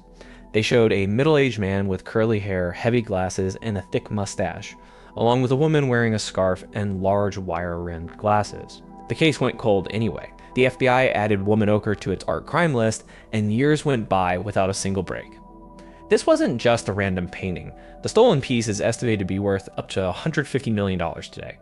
For over 3 decades, the artwork and the thieves simply vanished. The case took a wild turn in August 2017. After Rita Alter died that summer, the couple's 2 sons liquidated the estate. David Van Acker, an antique dealer in Silver City, New Mexico, bought the entire contents of the house for roughly $2,000. While clearing out the remote property in Cliff, Van Acker noticed a large framed painting hanging behind the master bedroom door. The artwork was positioned so you couldn't see it when the door was opened. Someone even installed a homemade wooden doorstop to keep the door from swinging back and hitting the canvas. The painting was dirty, cracked, and covered in thick cobwebs. It looked like it had been hanging in that hidden spot for years. Van Acker brought it back to his shop. Visiting artists and customers immediately noticed it looked exactly like a real de Kooning. Suspecting he might have the long lost Woman Ochre, Van Acker called the museum in Arizona. Art experts confirmed it. The canvas was the original Woman Ochre, stolen back in 1985. The masterpiece was turned over to authorities, restored, and put back on public display. With the painting found in Jerry and Rita Alter's house, investigators had to figure out if this quiet couple actually pulled off the heist. They unearthed some interesting clues. A primary piece of circumstantial evidence was a family Thanksgiving photo taken in Tucson. The date on the photo was November 28, 1985, the day before the robbery. In the picture, Jerry and Rita are smiling at a dinner table with relatives, placing them in the same city as the museum just hours before the crime. When people looked back at the original police sketches, the resemblance was hard to ignore. The sketch of the woman matches Rita Alter's appearance back then. The sketch of the man doesn't look exactly like Jerry's everyday face, but investigators think he might have worn a fake mustache and a wig. The man in the sketch also had a dark tan. The family picture from the day prior shows Jerry without one, which makes a perfect match less likely, though makeup could explain it. Other coincidences piled up. According to their nephew, Ron Rosenman, the Alters almost exclusively bought red cars. That detail lined up perfectly with the red getaway vehicle. The bizarre way Woman Ochre was hidden inside their home also suggested they were trying to keep a secret. Van Acker noted that when he removed the painting, its outline was burned into the wall behind it. It had been hanging there for a very long time. The couple never showed the painting to any house guests. One of the strangest clues actually came from Jerry Alter himself. In 2011, he self-published a book of short stories called The Cup and the Lip: Exotic Tales. One story, Eye of the Jaguar, is about a grandmother and granddaughter who team up to rob a local museum. They distract a security guard and steal a massive 120-carat emerald. Instead of selling it, they hide it behind a secret wall panel and promise that only the eyes will ever see it. The fictional thieves leave zero evidence behind. The parallels to the Woman Ochre heist are obvious. The lone guard distraction, the prized object taken without a trace, the secret hiding spot. It looks a lot like Jerry wrote a story about the exact crime he and his wife committed. Despite all these clues, there is no direct physical proof tying the altars to the theft. No fingerprints, no positive ID. Jerry and Rita were both dead by the time the painting was recovered. They were never questioned or charged. Their 2 adult children maintain they didn't even know the painting was behind the door until 2017. Officially, the criminal case remains unsolved. But the circumstantial evidence points straight to Jerry and Rita altar. The big question is why they did it. Friends and family want to believe the altars bought the painting on the black market or unknowingly bought it from the real thieves. Ron Rosenman wondered if someone approached them at a local art show offering the painting for cheap. That sounds like a relative trying to rationalize how their aunt and uncle got mixed up in a massive felony. The couple never tried to sell the painting. That fact makes behavioral experts think Jerry and Rita stole it for the adrenaline thrill or just because they loved art, rather than for the money. Adding to the story, federal investigators started looking into whether the altars were involved in other art thefts in 2023 and 2024. During the same year woman ochre was stolen, 2 other valuable paintings went missing from the Harwood Museum of Art in Taos, New Mexico. The FBI joined the investigation into those 1985 burglaries, suspecting Jerry and Rita might have been responsible. If true, it means the quiet couple pulled off multiple successful art heists that year using calculated distraction and stealth. But so far, no other stolen artworks have been linked to their estate. Look closely at room 2805 at the Oslo Plaza, one of Norway's fanciest hotels and the 2nd tallest building in the country, and you'll find a really disturbing scene. Taken from the hallway, the photos show what looks like a standard hotel room after checkout. There is some trash on the table by the window. A bedspread is rolled up on a chair. The TV is running in the corner. The bed sheets are pulled back. But something feels wrong, and when you look closer, it becomes clear the guest never actually checked out. The woman staying in room 2805 registered as Jennifer Fairgate. Staff remembered her dressing well during her stay. She originally checked in on the evening of May 31st, 1995. One receptionist working that night remembers her checking in alone. Another staff member insists she was with a dark-haired man. Either way, she listed a second guest on her booking form, Louis Fairgate, so the front desk gave her 2 electronic key cards. According to the digital door locks, Jennifer used her key only 5 times over the next 3 days. She used it at 10:44 p.m. on May 31st, right after checking in, then again at midnight, next at 8 a.m. on June 1st, then at 8 a.m. on June 2nd, and finally at 11 a.m. on June 2nd. That data log creates a strange gap. Hotel housekeeping went into her room at 12:44 p.m. on June 1st and noted she wasn't there. Because the system only tracked when guests opened the door, it means she left her room sometime between 8 a.m. and 12:44 p.m. that day, and she didn't come back until 8 a.m. the following morning. Where she went for those 20 to 24 hours is a total mystery. Later in her stay, the reception desk sent a message to her TV screen asking her to come down and pay her movie bill. Someone pressed OK on the remote to acknowledge it. That same evening, the landline phone in her room dialed 2 fake phone numbers. By June 3rd, Jennifer still hadn't come down to the lobby. The data log showed her keycard hadn't been used for almost 33 hours. Unless someone else was already inside the room to let her in, she hadn't left her room during all that time. A hotel security guard went upstairs to check on her around 7:50 p.m. He saw a do not disturb sign on the handle. He ignored it and knocked. Right after he hit the door, he heard a loud gunshot from inside the room. The guard backed down the hallway to get help, leaving the scene unattended. When he and other staff members came back about 15 minutes later, the heavy door was locked from the inside. They forced the door open and found Jennifer lying on the bed. Her legs dangled over the edge, feet touching the floor. She had been shot in the center of the forehead while lying flat on her back. A 9mm Browning pistol rested in her right hand, positioned gently across her chest. Her finger was still on the trigger. 7 live rounds were left in the magazine. She held the gun in a strange reverse grip, fingers wrapped around the back, using her thumb to press the trigger. Under her head, investigators found a pillow with a second bullet hole fired clean through it. When police tried to identify the body, they hit a wall. Jennifer Fairgate didn't exist. It was an alias. She spelled it 2 different ways on the hotel forms. The Belgian home address she gave was fake.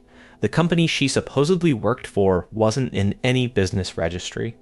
Every attempt to trace her real identity led nowhere. Detectives pivoted to her registered guest, Louis Fairgate, but they couldn't find a trace of him either. Nobody even knows if he was a real person who actually showed up at the hotel. As investigators dug into the room, the details got weirder. There was no handbag, no driver's license, no passport, no house keys, no money. There was zero ID to tell them who this woman was. She looked put together and had fresh makeup on, but there were no cosmetics or toiletries in the bathroom.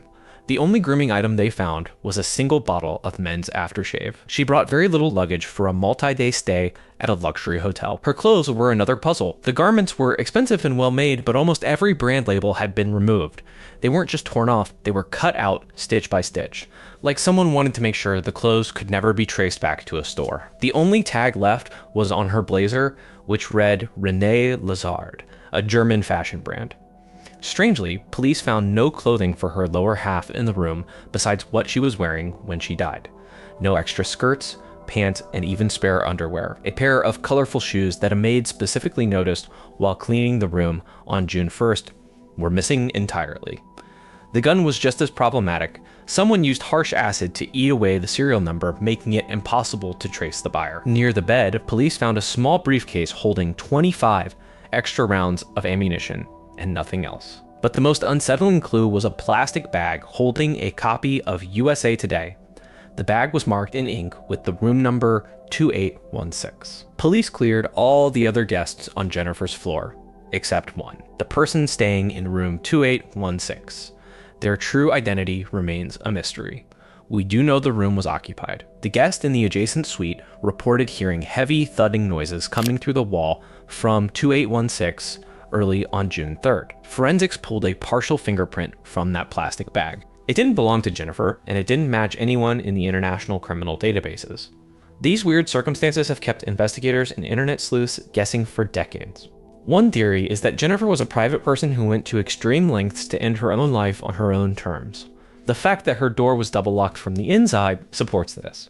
The hole in the pillow suggests she fired a preliminary test shot, but forensic experts found it strange that despite the blood spatter on the walls, ceiling, and the gun itself, there wasn't a single drop of blood on Jennifer's hands.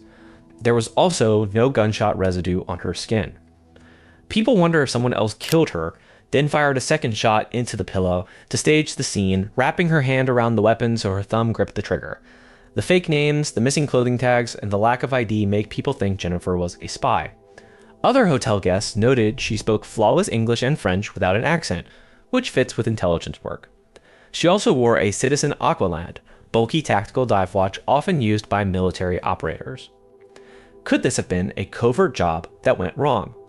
Was she working with whoever was staying in room 2806? Did she spend her missing 24 hours in that exact room down the hall? Some people think her fake alias, nice clothes, and strange overnight absence mean she was a high-end escort. If so, a violent client or a handler might be responsible for what happened in that room. Escorts are often estranged from their families, which would explain why nobody filed a missing persons report after 1995. In 2016, authorities exhumed Jennifer's body for DNA testing. The results showed she was likely from East Germany and was about 24 years old when she died. But even with that data, no missing persons reports matched her profile. No family members came forward.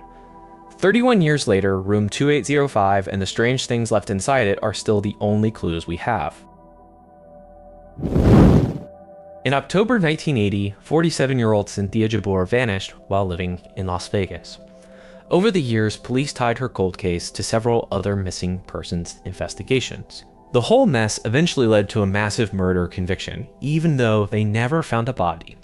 Cynthia Jabbour was last seen alive around 10:30 p.m. on October 5th, 1980. She was standing in the lobby of her boyfriend's Las Vegas condo building. She told several close friends she was breaking up with him that night because he was getting jealous and possessive.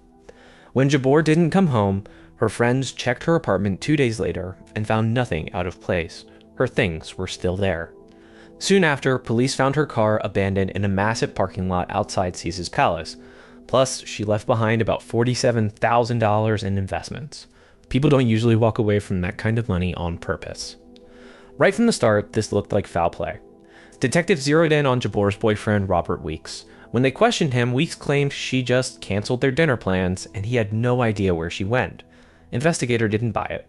Weeks agreed to take a polygraph test to clear his name, but then backed out at the last second, claiming he had to leave town for business. Within a month of Jabor going missing, Weeks fled the country. He went to Mexico and eventually settled in Chile.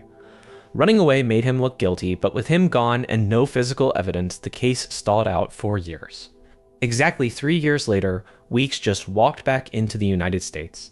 He used a forged Libyan passport under the fake name Robert Smith. Somehow, border security didn't flag him. He settled back into life in the States, living openly as a Libyan national named Robert Smith. That detail is still one of the craziest parts of the timeline. The big break finally happened in 1986 when another woman connected to Weeks vanished the exact same way. On April 5th, 1986, Weeks' new girlfriend, Carolyn Riley, disappeared in San Diego. She went missing on the night she supposedly planned to break up with him. Police later found her car abandoned at a local hotel, mirroring Jabor's case perfectly. This pushed detectives to dig into Weeks' past. They found a dark pattern. Robert's ex-wife, Patricia, vanished in Las Vegas in April 1968, right after their bitter divorce. Her car was found abandoned. Back then, Weeks claimed she had a nervous breakdown and left the state. She was never seen again. And Weeks' former business partner, Jim Shaw, went missing in May 1971 after getting into a loud, public argument with him. Police found Shaw's car abandoned with signs of extreme violence inside the cabin. With 4 missing people tied to Robert Weeks over 18 years, police knew they were dealing with a serial problem. In 1987, a national television show profiled the case. A viewer tip led police to a house in Tucson, Arizona, where Weeks was living under an alias. Local authorities arrested him on an unrelated fraud charge just to hold him while they built the murder case. They shipped Weeks back to Nevada, where he was indicted for killing both Cynthia Jabor and his ex-wife Patricia. They suspected him in the Riley and Shaw cases too, but didn't have enough physical evidence to charge him for those yet. Robert Weeks went on trial in Las Vegas in April 1988. Prosecutors argued he was a violent, possessive man who would do anything to stop women from leaving him. Witnesses testified about his jealousy and abuse, telling the jury that neither Cynthia nor Patricia would have walked away from their lives. The prosecution's best piece of evidence was Weeks' own diary. In one entry, he wrote that Cynthia had humiliated him beyond belief and vowed to even the score. The judge let the prosecution bring up the circumstantial evidence from the Carol Riley and Jim Shaw disappearances, even though Weeks wasn't officially charged with them. The jury found Weeks guilty of first-degree murder in both Cynthia's and Patricia's cases. A judge sentenced him to life in prison without parole. It was the first time in Nevada history someone got a conviction like that without a physical body. Robert Weeks never told anyone what really happened to Cynthia Jabor or the others. Search teams never found their remains. Investigators think Weeks hid the bodies in abandoned desert mine shafts, which would explain the total lack of physical evidence. Weeks died in prison, taking the secret to his grave. She was a 26-year-old Belgian mother from Mechelen, an old city near Antwerp. She vanished in 2010. But what makes this case so crazy is that nobody bothered to tell the police she was missing for 14 years. She had a tough early life, spending time in institutional care. At 18, Heidi cut off contact with her biological family. She moved in with her older boyfriend in a town called Ballen. The backstory of that relationship is messed up, and it matters a lot to the investigation. By 2008, the couple lived together in Ballen with their 3 young kids, who were 2, 3, and 7 at the time. Neighbors said they kept to themselves and rarely talked to anyone. In mid-2010, Heidi DeShepper disappeared without a trace. An acquaintance said she was just gone one day, taking her belongings with her. Her live-in boyfriend, who was the father of her kids and also used to be her foster parent, told authorities years later that she went missing in 2010. But nobody filed a missing persons report when it actually happened. Not her family, not her friends, not her partner. Her ex-boyfriend did tell a social services office that she had moved away, claiming he did it so he wouldn't illegally collect government benefit checks in her name. But that was it, because no one spoke out. The government didn't know she was missing. Official records basically showed she just moved away. The last paper trail of her life was a provisional driver's license collected on May 6, 2010. We don't even know if Heidi picked it up herself. That license never became permanent, and her national ID card expired in 2011. By November 2010, someone told the local government Heidi didn't live at her address anymore. After a routine check, officials removed her name from the population register. In Belgium, that meant her absence didn't set off any legal alarms. On paper, she just ceased to exist. It was pure luck that the truth came out 14 years later. In late 2023, a school report for one of her kids flagged a weird anomaly. The mother had been absent from all records for over a decade. That finally triggered a missing person investigation. In January 2025, the Belgian federal police issued a public appeal for information. The case grabbed the whole country's attention. Headlines asked how a mother of 3 could vanish for 14 years without anyone caring enough to call the cops. Police admitted they had spent a year looking and found zero trace of Heidi anywhere in Europe. About 20 tips trickled in from people who used to know her, but nothing broke the case open. Public suspicion fell hard on Heidi's boyfriend. He was the last person to see her alive, and their relationship history was deeply disturbing. This older man actually served as Heidi's foster parent before they started dating. After he divorced his wife, woman who acted as a mother figure to Heidi, he got together with Heidi. As one investigator put it, Heidi was once my foster daughter. After I divorced my wife, I started a relationship with Heidi. Heidi was already pregnant with our first child at the age of 19. That guardian-turned-boyfriend dynamic shocked the local community. People find it hard to give the ex-boyfriend the benefit of the doubt given that history. The boyfriend denies have anything to do with her disappearance. He insists Heidi left on her own.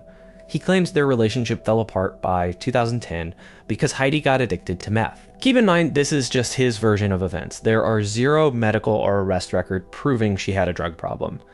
He says he gave her an ultimatum: choose the drugs or the kids. He claims things blew up in June 2010. According to him, Heidi picked up the kids from school, dropped them at his parents' house, said, "I'm gone," grabbed some clothes and cash, and vanished. He says he never saw or spoke to her again. Given the 14-year head start, police are keeping all their options open. One theory is that Heidi ran away to escape her life. People point to the missing clothes and cash as proof she planned to leave. Maybe she felt trapped by her living situation and just walked away to start over. Her former boyfriend pushes this idea hard. He's even suggested she might be living quietly in Spain, but it's hard to believe she pulled off a fresh start alone. She had no income. Most importantly, she never tried to contact her 3 kids. Friends say Heidi was a devoted mom who would never walk away from her children. Then again, police reports suggest these friends were more like casual acquaintances who might not have known what was really going on in her head. Another possibility is that Heidi died by accident or suicide. If she was overwhelmed by domestic issues and died somewhere far from home, she might have been buried as a Jane Doe. But the most popular theory is foul play. Given the history, a lot of people are looking at the ex-boyfriend. He was in a position of authority as her foster father before he started sleeping with her. The fact that he didn't report her missing, and the convenient way she was wiped off the government registers, looks bad. Legal experts point out he had 14 years to clean up any evidence. When victims try to leave abusive relationships, that's usually when they are in the most danger. The ex-boyfriend might have made up the whole drug ultimatum story to explain why she left. Authorities actually detained and interrogated him in January 2025, but they haven't charged him. Any of these theories could be true. It's easy to see why Heidi would want to escape that house, but because she wanted to escape, and because breakups are dangerous, it's also easy to see why police suspect a crime. The public is still waiting to see what the police can prove. Paula Abdul is a massive American pop star, choreographer, and TV personality. She blew up in the late 1980s with a string of hits. In 1991, she launched her Under My Spell World Tour, which ran until the end of 1992. 2 years later, she made a wild claim. She said she barely survived a horrific plane crash during that tour. The crash supposedly left her with serious injuries and forced her to stop performing for years. Abdul says she needed 15 spinal surgeries because of it, and the trauma derailed her career for 7 years. Abdul has told this story on television several times, offering vivid details of the crash and the aftermath. Early on, she said it happened in 1992, while flying between concert stops on a small private plane. She said, "It all happened when I boarded a 7-seater plane, and an hour into the flight, one of the engines blew up and the right wing caught fire and everything went black." She claims she woke up in a hospital bed. "I woke up in the hospital only to find that I had crushed my cervical spine, leaving me partially paralyzed." Abdul says she dealt with chronic pain and limited mobility for years. She often talks about how the crash killed her career momentum right at its peak. She usually says it took about 7 years of downtime before she could work again. That timeline stretches from the early 90s to the early 2000s, right before she landed her judging gig on American Idol. It's a tragic story, but the factual inconsistencies and the total lack of physical evidence make people wonder if it's true. The biggest issue is that there are 0 official government records of a plane crash matching her description in 1992 or 1993. The National Transportation Safety Board logs every aviation accident, and they have nothing of Paula Abdul. No news outlets covered it at the time, which is strange because a fiery plane crash involving a huge pop star would make global headlines instantly. Skeptics argue that even if someone kept the crash site out of the flight logs, a famous singer showing up paralyzed at a hospital would definitely leak to the tabloids. Then there is the timeline. Abdul's story changes depending on when she tells it. Sometimes she says it happened in 1992 during the Under My Spell tour. Other times she says it happened in 1993, well after the tour ended. The tour wrapped up in 1992, and she wasn't on the road the following year. Abdul once claimed the accident happened on her birthday in June 1993, even though the tour was over by then. If a 7-seater plane crashes, you expect other people to remember it. There was a pilot, maybe a co-pilot, and probably other crew members on board. Not a single pilot, passenger, airport worker, or paramedic has ever backed up Abdul's story. Another contradiction comes from Abdul's own medical history. In some interviews, she mentions 2 different accidents in the early 90s, plane crash, and a confirmed car accident in 1992. In a 2019 interview with Parade magazine, Abdul said the 1992 car crash gave her severe neck injuries, and the 1993 plane crash left her partially paralyzed. People wonder if the plane crash actually happened, or if her memory slowly blended different traumatic events over time. The car wreck might explain all her physical injuries, making the plane crash story unnecessary. It's not clear why she highlights one event over the other, and the changing details fuel the skepticism. Her supporters argue there are valid reasons for the missing details. Surviving a traumatic event messes with your memory. It's also possible she lived through a terrifying in-flight emergency or a hard landing that didn't technically qualify as a crash on paper. If the pilot managed to bring a damaged plane down on a small airfield without anyone dying, they might not have reported it to federal authorities. In that scenario, there wouldn't be an NTSB record. Abdul might just call it a crash because it felt like one. If the plane lost an engine and slammed into a runway, she could have sustained serious neck and back trauma without the event leaving a bureaucratic paper trail. She definitely suffers from chronic pain issues that derail her career. For now, the truth is just out of reach. Skeptics and fans both make good points, leaving the whole thing open for debate. On December 8, 2010, a local hunter stumbled across something horrible in the woods near Nashville, Tennessee. He found a human skull sitting roughly 30 yards off Pecan Valley Road. Police searched the area, couldn't find any other bones. The medical examiner couldn't determine a cause of death just from the skull. Since they didn't know who the man was, police called him the Pecan Valley John Doe. Traditional forensic methods hit a dead end. The police kept the details quiet, but in 2023, Nashville police teamed up with Othram, a specialized DNA lab, to use genetic genealogy on the case. Scientists pulled a DNA profile from the degraded bone and used public genealogy databases to find living relatives. 14 years after the hunter found the skull, police announced it belonged to Marcus Rutledge. Marcus Rutledge was a student at Tennessee State University who vanished in the summer of 1998. He last spoke to his girlfriend on the phone around 1:30 p.m. on June 8th. She tried calling him later that night, and when he never showed up for their plans, she reported him missing. When family and friends checked his apartment, they found his dog locked inside the bathroom. It looked like Marcus had left right in the middle of his day. His 1995 Plymouth Neon was gone too. 3 weeks later, police found the car parked at an apartment complex in West Nashville. The car didn't give them much to work with. There was no blood and no sign of a struggle, but investigators did find a gun hidden inside. Marcus's family had no idea he owned a weapon and said it didn't fit his calm personality. People hide things, though. His ex-girlfriend told police she wasn't surprised about the gun, mentioning that Marcus had gotten into several altercations in the months before he vanished. Police searched the area and got the story on the local news, but the case went cold. Metro Nashville police always assumed he was murdered. Finding his skull out in the woods pretty much confirmed it. In 2020, a cold case detective took another look at the file. He found out Marcus was hiding a lot from his family. For one, he had dropped out of college. He also started selling street cabbage and other illicit drugs to pay the bills. It's wild that the original detectives missed the fact that he wasn't even enrolled in school. The cold case detective learned Marcus had gotten into several physical fights right before he went missing. Police now think his dangerous side business got him killed. 8 months after Marcus vanished, his best friend and former roommate, Ethan Gibbs, was executed in his home by an unknown shooter. The two men supposedly sold drugs together, making detectives wonder if the murders were connected. But when they compared the files, they couldn't find any physical evidence linking the two crimes. Police eventually arrested someone for Gibbs' murder, but the state dropped the charges, leaving that case unsolved too. Science gave Marcus Rutledge his name back, but the big questions remain. The police are treating it as an active homicide investigation. Since they only found a skull, they don't know how or exactly when he died. The family finally got a little bit of closure, but now the police have to figure out who killed Marcus and why.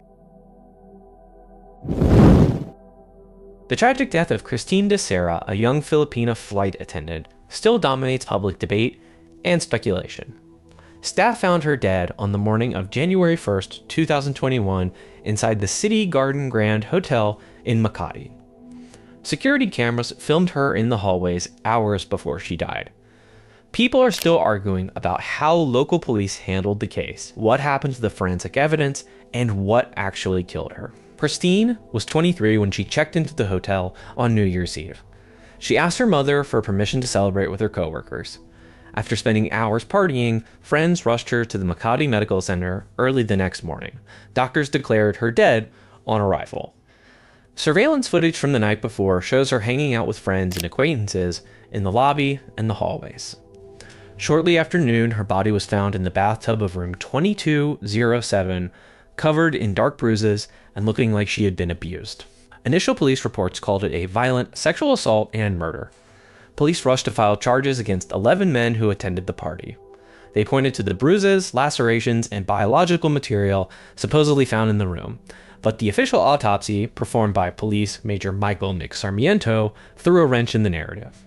He concluded Christine died from a ruptured aortic aneurysm, natural cause of death. The autopsy did note cuts on her thighs, bruises on her knees, and scratches. Those injuries made everyone wonder if she got hurt in a fight, or if they were just incidental. The family didn't buy the natural causes story and demanded a second autopsy, but those results were kept quiet. The story turned into a media circus. The Philippine National Police stood by the first autopsy and insisted she died of natural causes. The victim's family and critics argued the bruises and cuts pointed to a cover-up. People are still furious about how the police handled things. They rushed to close the case, publicly accusing a group of suspects before letting them go because they didn't have enough evidence. Critics say that ruined the men's reputations and left the forensic investigation in shambles. The worst mistake was the decision to completely embalm Christine's body before experts could finish a full forensic exam. Medical professionals say that move likely destroyed the biological evidence needed to solve the case. What actually happened to Christine is still a tragic mystery.